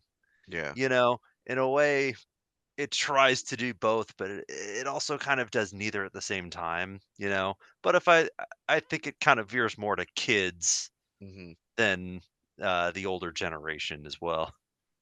So would you guys say, like, I mean, again, like we've already did like discussed this for the past hour, like the biggest downfall for this movie was just the storyline, that it was just too fucking confusing. Like that was the biggest thing. Like never mind like the actors like and everything. Like you think that was just the biggest turnoff, you know? I mean, that was one of them, one of Cuz a number of cuz bad points. I just feel like, Phantom Menace, of course, like I said, has its faults, but like compared to Episode 7, like that came out a decade after Episode 3, that got so much big raves, you know? Like Yeah. there was a lot of anticipation. That trailer broke records on YouTube, you know? It was kind of introduced old characters like Han, Chewie, introduced new characters like Kylo, Rey, Finn, but that movie got so much praise, you know? And then I'm thinking back to my question that I said, like, was that movie for like us who were already like Star Wars fans, or because Disney already bought it at the time, was it for like a whole new generation, you know? I'd say with that one, Disney, they kind of knew they picked the hardcore fan lane. They Hmm. thought, okay, Hmm. well, let's make this specifically for fans. We're gonna really go back to that old original trilogy like look, Hmm. you know, make things look a little more grimy and less clean than they did in the prequels. We're gonna bring in the old characters. Hmm. like they pushed hard into the nostalgia, Mm-hmm. really hard, you know, Yeah. and it of course that movie paid off in spades. It's one of the highest grossing movies of all time. Yeah. Yeah, that's a good point of view, like comparing episode 1 with episode 7, because yeah, both movies had similar hype levels when they were coming out. But yeah, we talked a little bit about lessons learned from this one and Mm-hmm. really the True. prequel trilogy. And I think, yeah, like the the filmmakers learned a lot, and I think we're able to course correct a lot of the stuff that we had problems with Phantom Menace, you know, and I think that led to episode 7 being a real crowd pleaser. You know, I think there were a lot of problems with that movie too, I think, but ultimately there wasn't all this hatred. Mm-hmm. They learned their lesson. They catered to the fans in that one, right? The fans Yep. loved that. They ate it up, you know. Um, yeah, Mm-hmm. yeah. This one wasn't. Lucas didn't make Phantom Menace for the fans. I could say that pretty explicitly, I think. Okay, and I guess this is one of my last questions. If you guys have any other thoughts, but one of my last questions I have is, you know, at the time when George Lucas made the OG Star Wars films, I'm pretty sure he had like no idea that it was gonna like explode into like this like big multi-billionaire kind of franchise, you know? But, he had a vision of what he wanted from Star Wars, and but he was able to, you know, kind of play off his ideas with other screenwriters and costume designers and what kind of tech was available at the time, and that made to a successful trilogy. But by the time he started working on the prequel series, like Fox knew that, like, it's George Lucas. He's the father of Star Wars, and they gave him complete creative control on the prequels. A lot of decisions, again, that were very unfavored, like Jar Jar and the whole um, Force conversation that we had. So, is that like a danger of like some directors having complete creative control over a film or not? 100%. Yeah, I definitely have some thoughts here. Like we talked about lessons learned.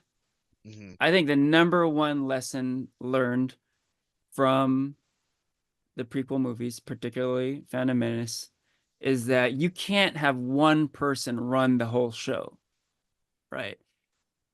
No one makes movies like that anymore, right? They learned their lesson from the Star Wars prequels. It was a shit show. No one said no to Lucas. Whatever he said went, right? Jar Jar Hmm. Binks, oh yeah, let's put a movie. That's gonna be great, George. Tax route. Why Tax not? routes, yeah. Yeah, Tax Federation. Let's go. Let's go. That's great. You're a genius, George. You can Hmm. do no wrong. Hmm. Right? So what has Hmm. happened since then? Since then, it's become much more collaborative, right? Like you hear stories about like the Russo brothers asking questions like, what would honest trailers think about our movie? Like really picking it apart from a fan point of view and like Hmm. asking other people. Like I heard like on like the more recent Star Wars films with Chris Pine and all them, that it was a very like collaborative room. And J.J. Abrams wanted to have like some Star Wars or Star Trek super I was fans, gonna say stop. some, yeah, I know, right? Sorry. Some like mid-range Trekkers, and then some just like have no idea about Star Trek. Hmm. And just have it be like really collaborative, a lot of different ideas. The whole Hmm. idea of having a diverse writers room, that's a thing now, I think it's all great. And I think like it's kind of as a result of these prequel movies where it was just one person Hmm. calling all the shots, right? Hmm. Um, that's where a lot of the problems came from. Yeah, I think. Hmm. Christian? Hmm. Yeah, definitely agree. Um, definitely agree. Of course, I don't want to, I guess, lay all the problems right at George Lucas's feet. But if you, I heard, there's definitely stories about the original Star Wars being saved in the editing room, the editor being, George Lucas's wife as well. Like, and of course, George Lucas didn't direct um, the Return of the Jedi or the Empire Strikes Back, and so you kind of see like what made it great, what made the original trilogy great was that collaborative process. Wasn't that George Lucas was always at the helm, But George Lucas kind of blew up as this like big celebrity Hmm. of the franchise, and so when they came to the prequels, they kind of put it all on his shoulders. He had to write and direct it, and the production was also so big. It could have just been like, I don't want to put it all on his at his feet is all the problems. Like it could have just been Star Wars kind of grew into such a beast of a franchise that he probably didn't have the time to really, craft it the way he wanted to. A lot Hmm. of the art was kind of already happening. A lot of the pre-production was already happening without like a script being fully formed yet. And so he Hmm. probably didn't have the time he really wanted or needed to truly edit this movie or edit the script, I mean, and make it the way it probably should have been because there were so many cogs in place and there's so much money behind it. There's such a massive production that, in a way, um, you know, it being a more collaborative process, but there's also just kind of a lot of lessons learned from this movie, as Henry, you keep saying. Like, in a way, this is a movie that walked so a lot of other movies subsequently could run, Hmm. Hmm. And in a way, this is, eh, even though this movie in many ways feels a bit like a disaster, it's kind of like a very important movie. Oh yeah, I think in the definitely. canon of both Star Wars and just like Hollywood blockbuster cinema. Hmm. Hmm. Yeah, This is a very big pivotal movie that changed the way a lot of movies were made. Yeah. yeah, for sure. Um, yeah, okay. Final question, I swear. Go ahead. Henry, Yeah. what was your initial reaction? And back in 99, picture it, 99, you're 24, 25 years old. What was your reaction coming out of the movie theater? Oh, I love this question because it makes me think of a point that I kind of forgot to make earlier. But okay, my initial reaction. So, um, yeah, I followed along with great interest in the reactions that were featured in the People versus George Lucas, people of my generation, the Gen Mm-hmm. Xers, right? And Mm-hmm. the general consensus was incredible hype, incredible excitement leading up to the movie. Loved the Mm-hmm. trailer, Mm-hmm. loved uh the the the long time ago in a galaxy far, far away, blasting the John Williams score. And then boom, we get hit with the crawl, and then like, what the fuck is this movie, right? And Mm-hmm. then walking out of the theater and hating it, right? That seemed to be the general consensus. Mm-hmm. That wasn't my experience. My Mm-hmm. experience was I walked away from that movie after seeing it the first time and Mm-hmm. thinking, man, that was good. I Okay. really enjoyed this. Uh-huh. Um, and I've been thinking a lot about that because why, now it's like, what was I thinking? Right. Mm-hmm. But I kind of understand now because, we're talking about the shift in fan culture and all that sort of thing. Mm-hmm. And what you mentioned, Christian, like this movie being this huge, like, moment in movie making and fandom and all these things, right? It was for me too, because up to this movie, you know, watching movies and enjoying fandoms, it was like all variations of good to great, basically. Everything's great. I love everything, right? I wasn't a critic. Like, on our very podcast, this podcast, I say it all the time. I'm a harsh critic. I'm not giving this the 5-star rating because I'm a harsh critic. I blame this movie for starting that because this was the beginning of me questioning things and being like, wait a minute, maybe this wasn't so great. Um, so like I said, after I saw the movie, I Mhm. had a reaction like pretty much I always have. Either it's good or it's great, basically, right? I paid my Mhm. money for something I wanted to see. Either it's going to be good or it's going to be great, right? And I Mhm. think, I don't think I would say I felt like, oh, this is great. I was like, this is good. This is good. Mhm. Um, I saw it a second time, not long after that opening night, Okay. Okay. and I still liked it. And it really wasn't until episode 2 where I was like, wait a minute, something's off here, man. And like my whole perspective changed. Um, yeah, it was almost like, I was talking about like the innocence of Star Wars fandom in the earlier years. This is almost like the end of innocence, right? Where it's like, after I saw episode 2, I was like, oh, damn, like this movie really sucked. This was bad. And then I was like my whole world like was turned upside down in a way, right? Because I Glass shattered. realized Mhm. like, wait a minute, like it's not all like rainbows and unicorns, right? Like it can't all be good. It can't all be good. And then almost like in retrospect, I realized that, well, guess what? Episode 1 wasn't good either, right? Mhm. So yeah, it's very striking in my memory because I really feel like this movie, The Phantom Menace, really started that. Me becoming, I don't know, a little more snobby, a little bit more like disillusioned. I don't know what, but that's kind of where that started.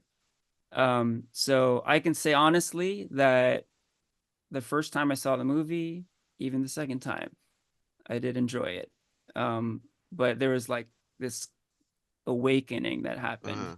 some Uh-huh. point along the line around that time frame where I don't know, call it what you will, the dark side kind of seeped in.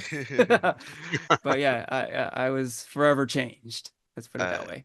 I get I understand where you're coming from because that's how I felt with The Last Jedi, episode 8, you know. Mm, I came out of the theater and I was just like, okay, it was good, it's good. There was Luke. We finally got Luke. It was good. Like, I think it was good.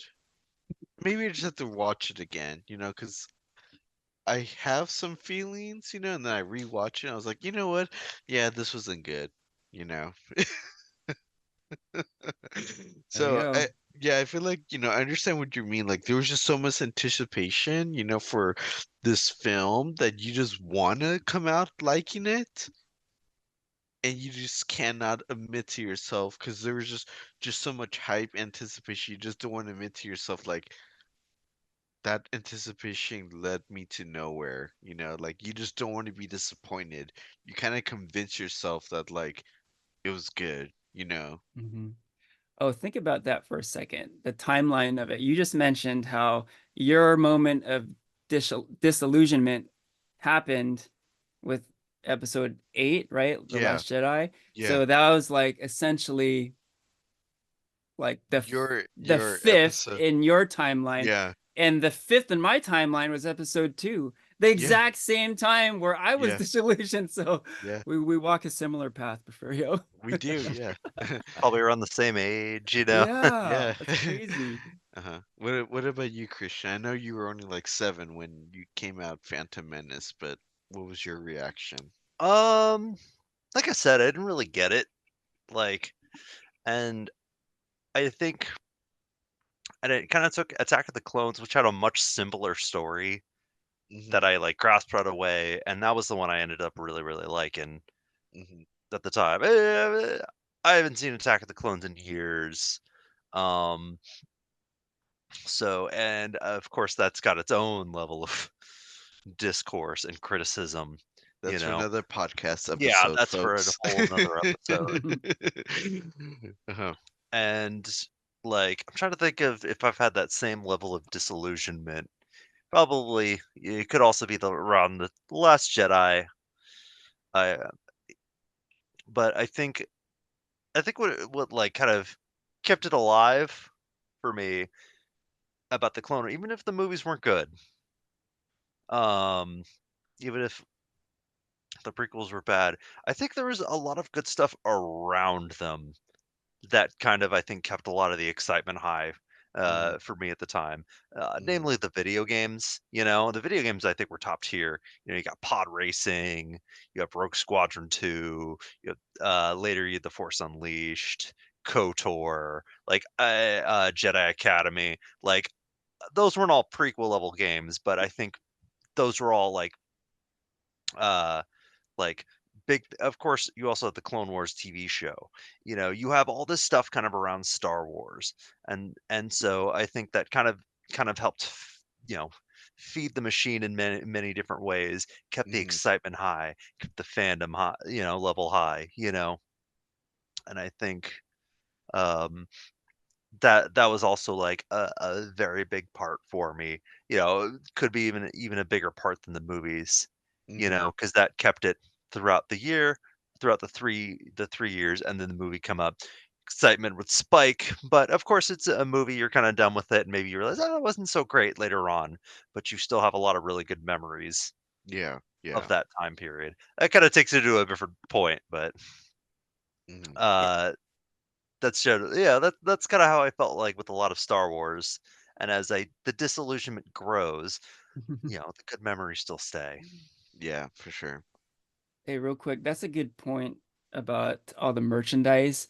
Like that's spoken about a lot, how the filmmaker George Lucas kind of lost it a long time ago, right? He didn't really make an important directing contribution since the 70s, right? That sort of thing. But George Lucas, the businessman, is a genius and has been a genius for a long time, right?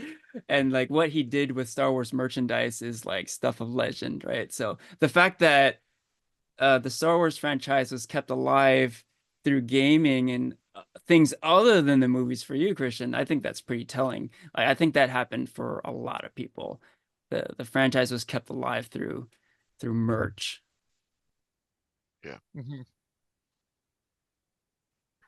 And I think that, like, because there's all this merch, because there's all these ways to interact with it, because you can hold it in your hands or experience it in different ways, that's also why the fandom, like, they talk about this in The People versus George Lucas, but that's kinda why the fandom rose to these very immense Yeah, heights. yeah. Why it, you know, it's so obsessed about and beloved, even compared to a lot of other similar franchises at the time. You know, Indiana Jones, I'd say, never Hmm. really at the same level of merchandising and fandom as Star Wars. You know, Yeah. Yeah. Any final thoughts, folks? I definitely did, but I could probably save it for my like ratings recap. Okay, Should we go to that? Our ratings for Phantom Menace? sure. Who wants to start off? Henry? Okay, yeah, it's fresh in my mind, so why don't I start? So, yeah, I thought a bit about this, about the anticipation level for this movie. Like the anticipation level for this movie was through the roof. I think we've already talked about it, but it's like one of the most highly anticipated movies of all time. And why was that exactly? Why was that? So consider, if you will, one of the most talented filmmakers of his generation. You give him complete creative control, practically an unlimited budget because he's super rich, right? Um, and what is he going to make? He's going to revisit his most beloved films. So essentially, it's a dream come true. Like, it's a scenario that you never get. You never get this. You never get a filmmaker who's on top of his game with complete creative control, practically unlimited budget, and revisiting his most beloved stuff, right? It just doesn't happen. It's once in a lifetime type stuff, right? And here it is happening with episode 1. So like that really is like the bottom line of why this was so highly anticipated, right? And when that trailer hit and people were going crazy, that's why. That really was why. So then what happened? So we talked about who was this movie made for? And when I was watching it last week, I was thinking, who was it made for? Like, who is the target audience here, right? And people who were thinking about this great filmmaker revisiting the beloved franchise, the thought really was the original fans and like our wildest dreams coming true, right? We love Star Wars so much, and George is coming back to it, and he's giving us the greatest gift imaginable. He's giving us a new Star Wars movie for us, right? We've been waiting for this for so long. He's giving us the greatest gift. But what happened was the gift wasn't for us. It wasn't for the fans, right? He made a movie for kids. And I was thinking about this, like, why was that decision made, right? Why didn't he do what Disney did, right? Why didn't he cater toward the fans more, right? So one aspect is like fan culture. Again, it wasn't quite a thing at the time, and fan service definitely wasn't really a thing, right? So keep that in mind. But then you think about, okay, well, I guess it was a money-making move, right? You get to those kids early and you're going to sell a shit ton of merch, right? Like we've been talking about. But then I was thinking, like, that can't be it either because, I mean, the dude is like crazy rich already, right? He doesn't need the money. I mean, maybe it's like a power trip. He's like, I'm going to get another generation of Star Wars fans. But like, I don't know. I'm not sure I buy that theory. So the theory I'm settling on is this. It's that the original trilogy of Star Wars became so beloved with my generation, Gen X. His thinking was, well, I'm going to make this new trilogy for the next generation, right? When kids saw Star Wars and Empire Strikes Back and Return of the Jedi, they loved it, and it's part of them forever. Like, I want to do that for the next generation too, for episode 1, 2, and 3, right? And I think there might be something to that. Like, he might have been thinking, I'm gonna make the new trilogy, the prequel trilogy, as beloved to this generation, the millennial generation, as the original trilogy was to the Gen X generation, right? But where I think it all went wrong was when he made the original trilogy, I don't think he was thinking like, oh, I'm going to target, you know, kids of the current generation, right? Like, it ended up, the kids loved it and they embraced it. But when he was making, especially the first one, episode 4, A New Hope, I don't think he was thinking like, okay, let's let's hook the kids now, right? Let's make this beloved to the kids. I mean, he just wanted to make a decent movie. I mean, there were a lot of struggles with that movie. Just getting the movie done was like a huge challenge. So his approach at that time wasn't like, okay, let's get those kids.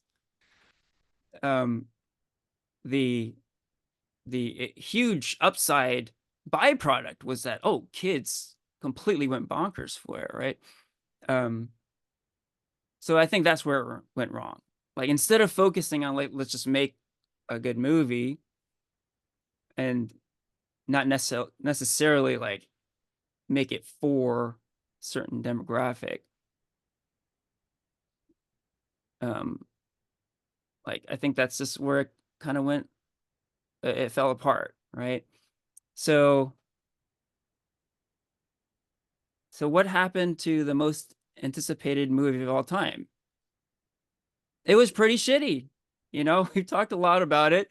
It had some good parts. It had some great parts. Darth Maul, great. Pod race, great. But completely overshadowed by the negatives.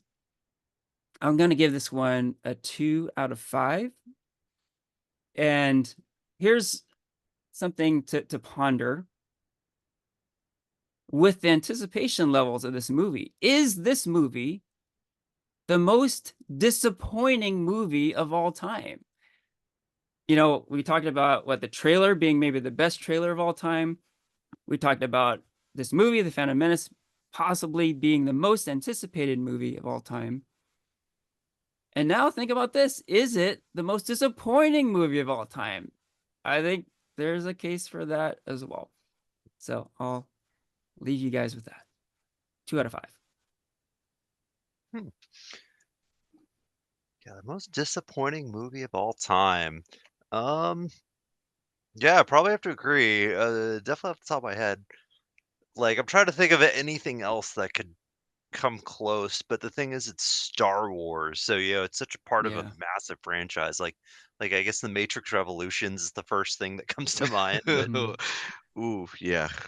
yeah, but nothing quite or Justice League, Yeah. but nothing quite on that level. Mhm. I mean, there are shittier movies, but disappointments, like you said, it's Star Wars. It's such a high stage, right? Big stage. Yeah, I don't know. Case could be Mhm. made. I I'll agree with that rating, though. I think I'm also gonna go with a, 2 out of 5. And, like, I think this is a rating that's also, like it's definitely a rating that I think changes for me. The way how you talked about how coming out of the movie, you're like, "Yeah, that was pretty good." Like, if you asked me about 20 years ago, give it a rating, 3 out of 5. I didn't really understand the movie as a kid, I don't understand it now, so I've never had a I don't think I've really felt nearly as fond for this one growing up as the other 2 prequel movies. But I was like, "Sure, I liked it, I liked the set pieces, I had fun with it as a kid."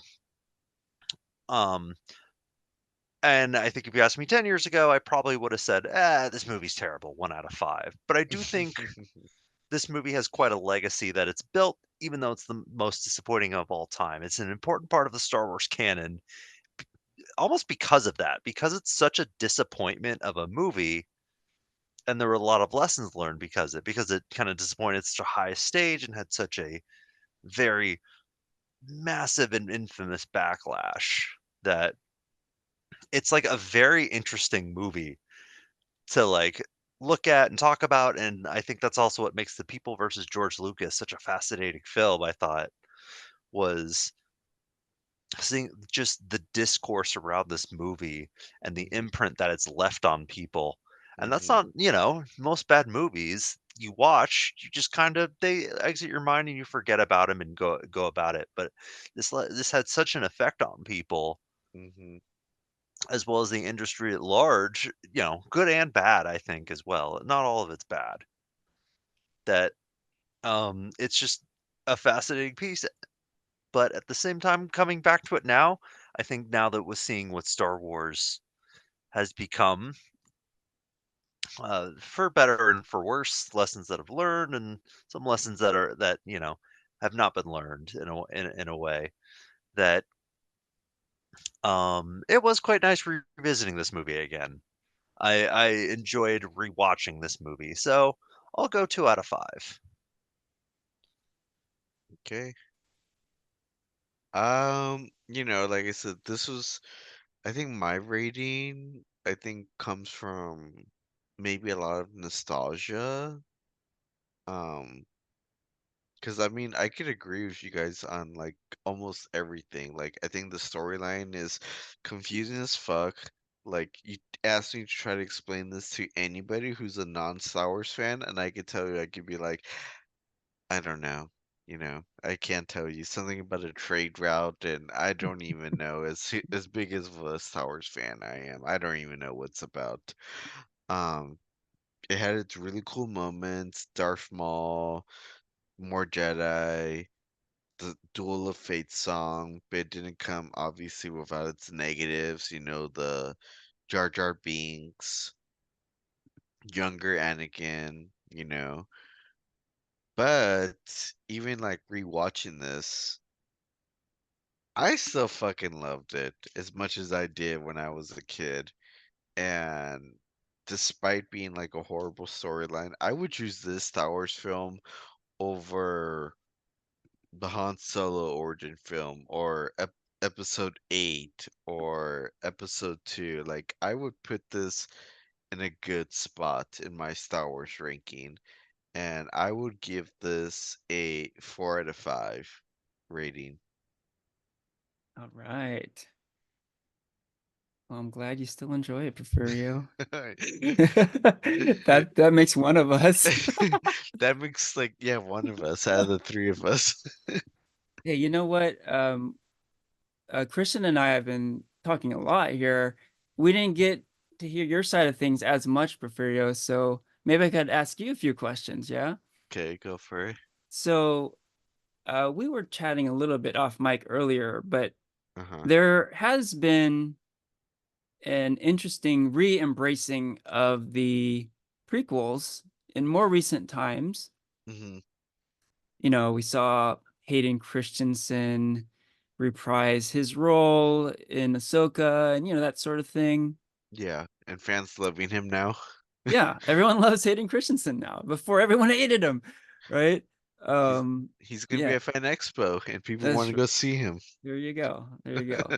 Uh-huh. Yes. So, like, how do you feel about all of this? So, like, your take is interesting to me because you really loved this movie when you first saw it as a young child, and it was your entryway to Star Wars fandom.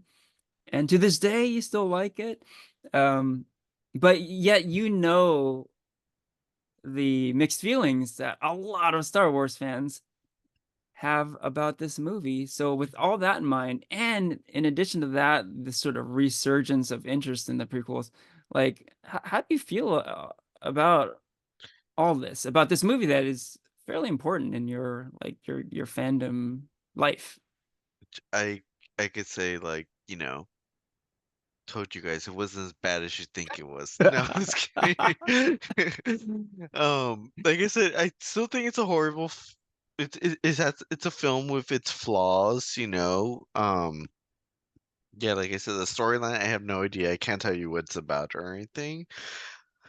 But I just think like this film, there was a lot of good, positive things that, like I asked the question earlier, like who is this generation? Who is this film for? Was it for your generation, Henry, or was it for mine and Christian's generation? I honestly kind of think it was for my generation. Hmm. Like, you know, a big reason why I like this film is like Darth Maul, like black and red painted villain, like that's not like a something you saw in the OG films. Like I'm pretty sure like a big reason why you like the OG films is Darth Vader. It was just a really noticeable villain. And I think like for me, like it was just super cool. There was lightsabers for sure that was a cool plus. Um yeah, I just think this was really catered to kids, and I love Star Wars for it. And again, I think it's just a big nostalgia play to it. Like it's hard for me to bash on something that introduced me to this franchise that I love so much, you know? It's like, why would I continue watching something else if won't I didn't initially like, you know? Right Um, on. Yeah. yeah, I don't know how to describe it. Maybe DC, you know, Man of Steel wasn't good, but um, the franchise itself was not that bad, you know. Hmm. And that was Um, the entry point, yeah, right? Yeah. Yeah, I get yeah. that. Yeah. Um, but yeah, I guess yeah, to answer your question, like it's just so hard for me to bash this film because yeah, like I said, that it was my entry point, and without it, yeah, I probably wouldn't be the Star Wars fan I am Hmm. today. Yeah. Yeah, good take. Yeah, I had a thought too about this resurgence. It's kind of clear to me now because it's nostalgia on a number of different levels. It's nostalgia for multiple generations because you guys look back fondly on this movie as like an entry point to The Star Wars, gateway, right? yeah, Yeah, the yeah. gateway. And you know, you're young children when you saw it, and you're amazed by all the lasers and everything. Hmm. And how can you not look back fondly upon that, right? I get that. But there's nostalgia for me too, even though like I look back at this movie and see like honestly a legitimately bad movie. But when I saw it last week, it conjured up all these wonderful memories, like all Hmm. the excitement going to the movie theater and just like Being part of that uh culture and being stuff. part of it. Yeah, that's exactly what I was gonna get to. Like I did bring a lightsaber into the movie theater Oh. that night, and I was waving it around. My friend and I we both had our lightsabers, Uh-huh. and like I was thinking, oh shit, I would not have done that in my earlier years. Hmm. Like if I had a lightsaber, I would not have brought it to like Return of the Jedi. Like I was probably around 8 years old, I think, when Jedi came out. I wouldn't have done that. Like I probably would have got my ass kicked, you know? Hmm. So it was almost like a coming out party. Like, okay, I'm a geek. And everyone's into this shit. Like, finally, I can sort of like be myself, right? Um, and like we keep talking about, it was like this sort of innocent phase of fandom where like we're all realizing it's okay, and to be a fan was fine, and in fact it was becoming kind of a cool thing, right? It's that was like the early stages of that. When we've kind of come full circle where it's like kind of a terrible thing to be a Star Wars fan now, but at the time, oh man, it was almost like a magical moment in history. And yeah, totally, I look fondly upon those moments for sure. Never mind the quality of the movie, just like Yeah. just the emotions going around. Like, there's definitely something to be said about just looking back at those experiences. So, I mean, if we're talking about two full generations, uh, thinking and looking back nostalgically upon this movie, then of course it makes sense that it's having a bit of a resurgence. So kind Hmm. of cool that way. Hmm. All right. So we're going a bit long. Why don't we wrap up like we usually do with a comics recommendation? Porfirio, you have one for us? I do. So I just read, yeah, the Star Wars Darth Maul series that it came out back in 2017. And it kind of helps explain like a little bit like why Darth Maul got into like being a Sith apprentice. Um, Darth Maul has like this like very strong hate for Jedi for, I think this is why I also tend to the dark side because I think Jedi are very hypocritical. And it's like, Jedi are kind of trained to be like they can't have emotional attachment to things. They have like this like set of like regulations to be checked and stuff. And they just think themselves as like keepers of the peace. But I feel like, and Darth Maul brings this up, is like who gets to decide? Like, why is it that the Jedi have to decide who are the keepers of the peace? And when they break that rule, that it's okay because they're Jedi, like it just makes them feel like, are they, I guess like in terms like police, because they are the law. So he has this really strong hate for Jedi, and he's out to go and actually trying to has this like hunger to kill another Jedi. And so he actually tracks down a captured Padawan, and he ends up like rescuing the Padawan, but at the end he's like, I'm gonna help you rescue you, but only so I could fight you, kind of deal. Mm. And they end up fighting, and Darth Maul like wins and kills him, and it's like his first taste of blood. And he's like, yeah, like this is like the challenge that I want to do and what I'm meant to do. And at that time, like again, he's under the leadership of Dark Sidious, and like off the comic book pages, Dark Sidious is kind of like questioning, like, oh, this guy, is he loyal to the Sith code, or does he have his like own agenda, you know? And I think that's why, like, I think this is pre Phantom Menace, but I think this also like is like why Dark Sidious has like more interest in like Anakin, than Mm. in finding a other apprentice. But it's a good read. It gives you like, yeah, like a good like understanding of like Darth Maul and why he is and why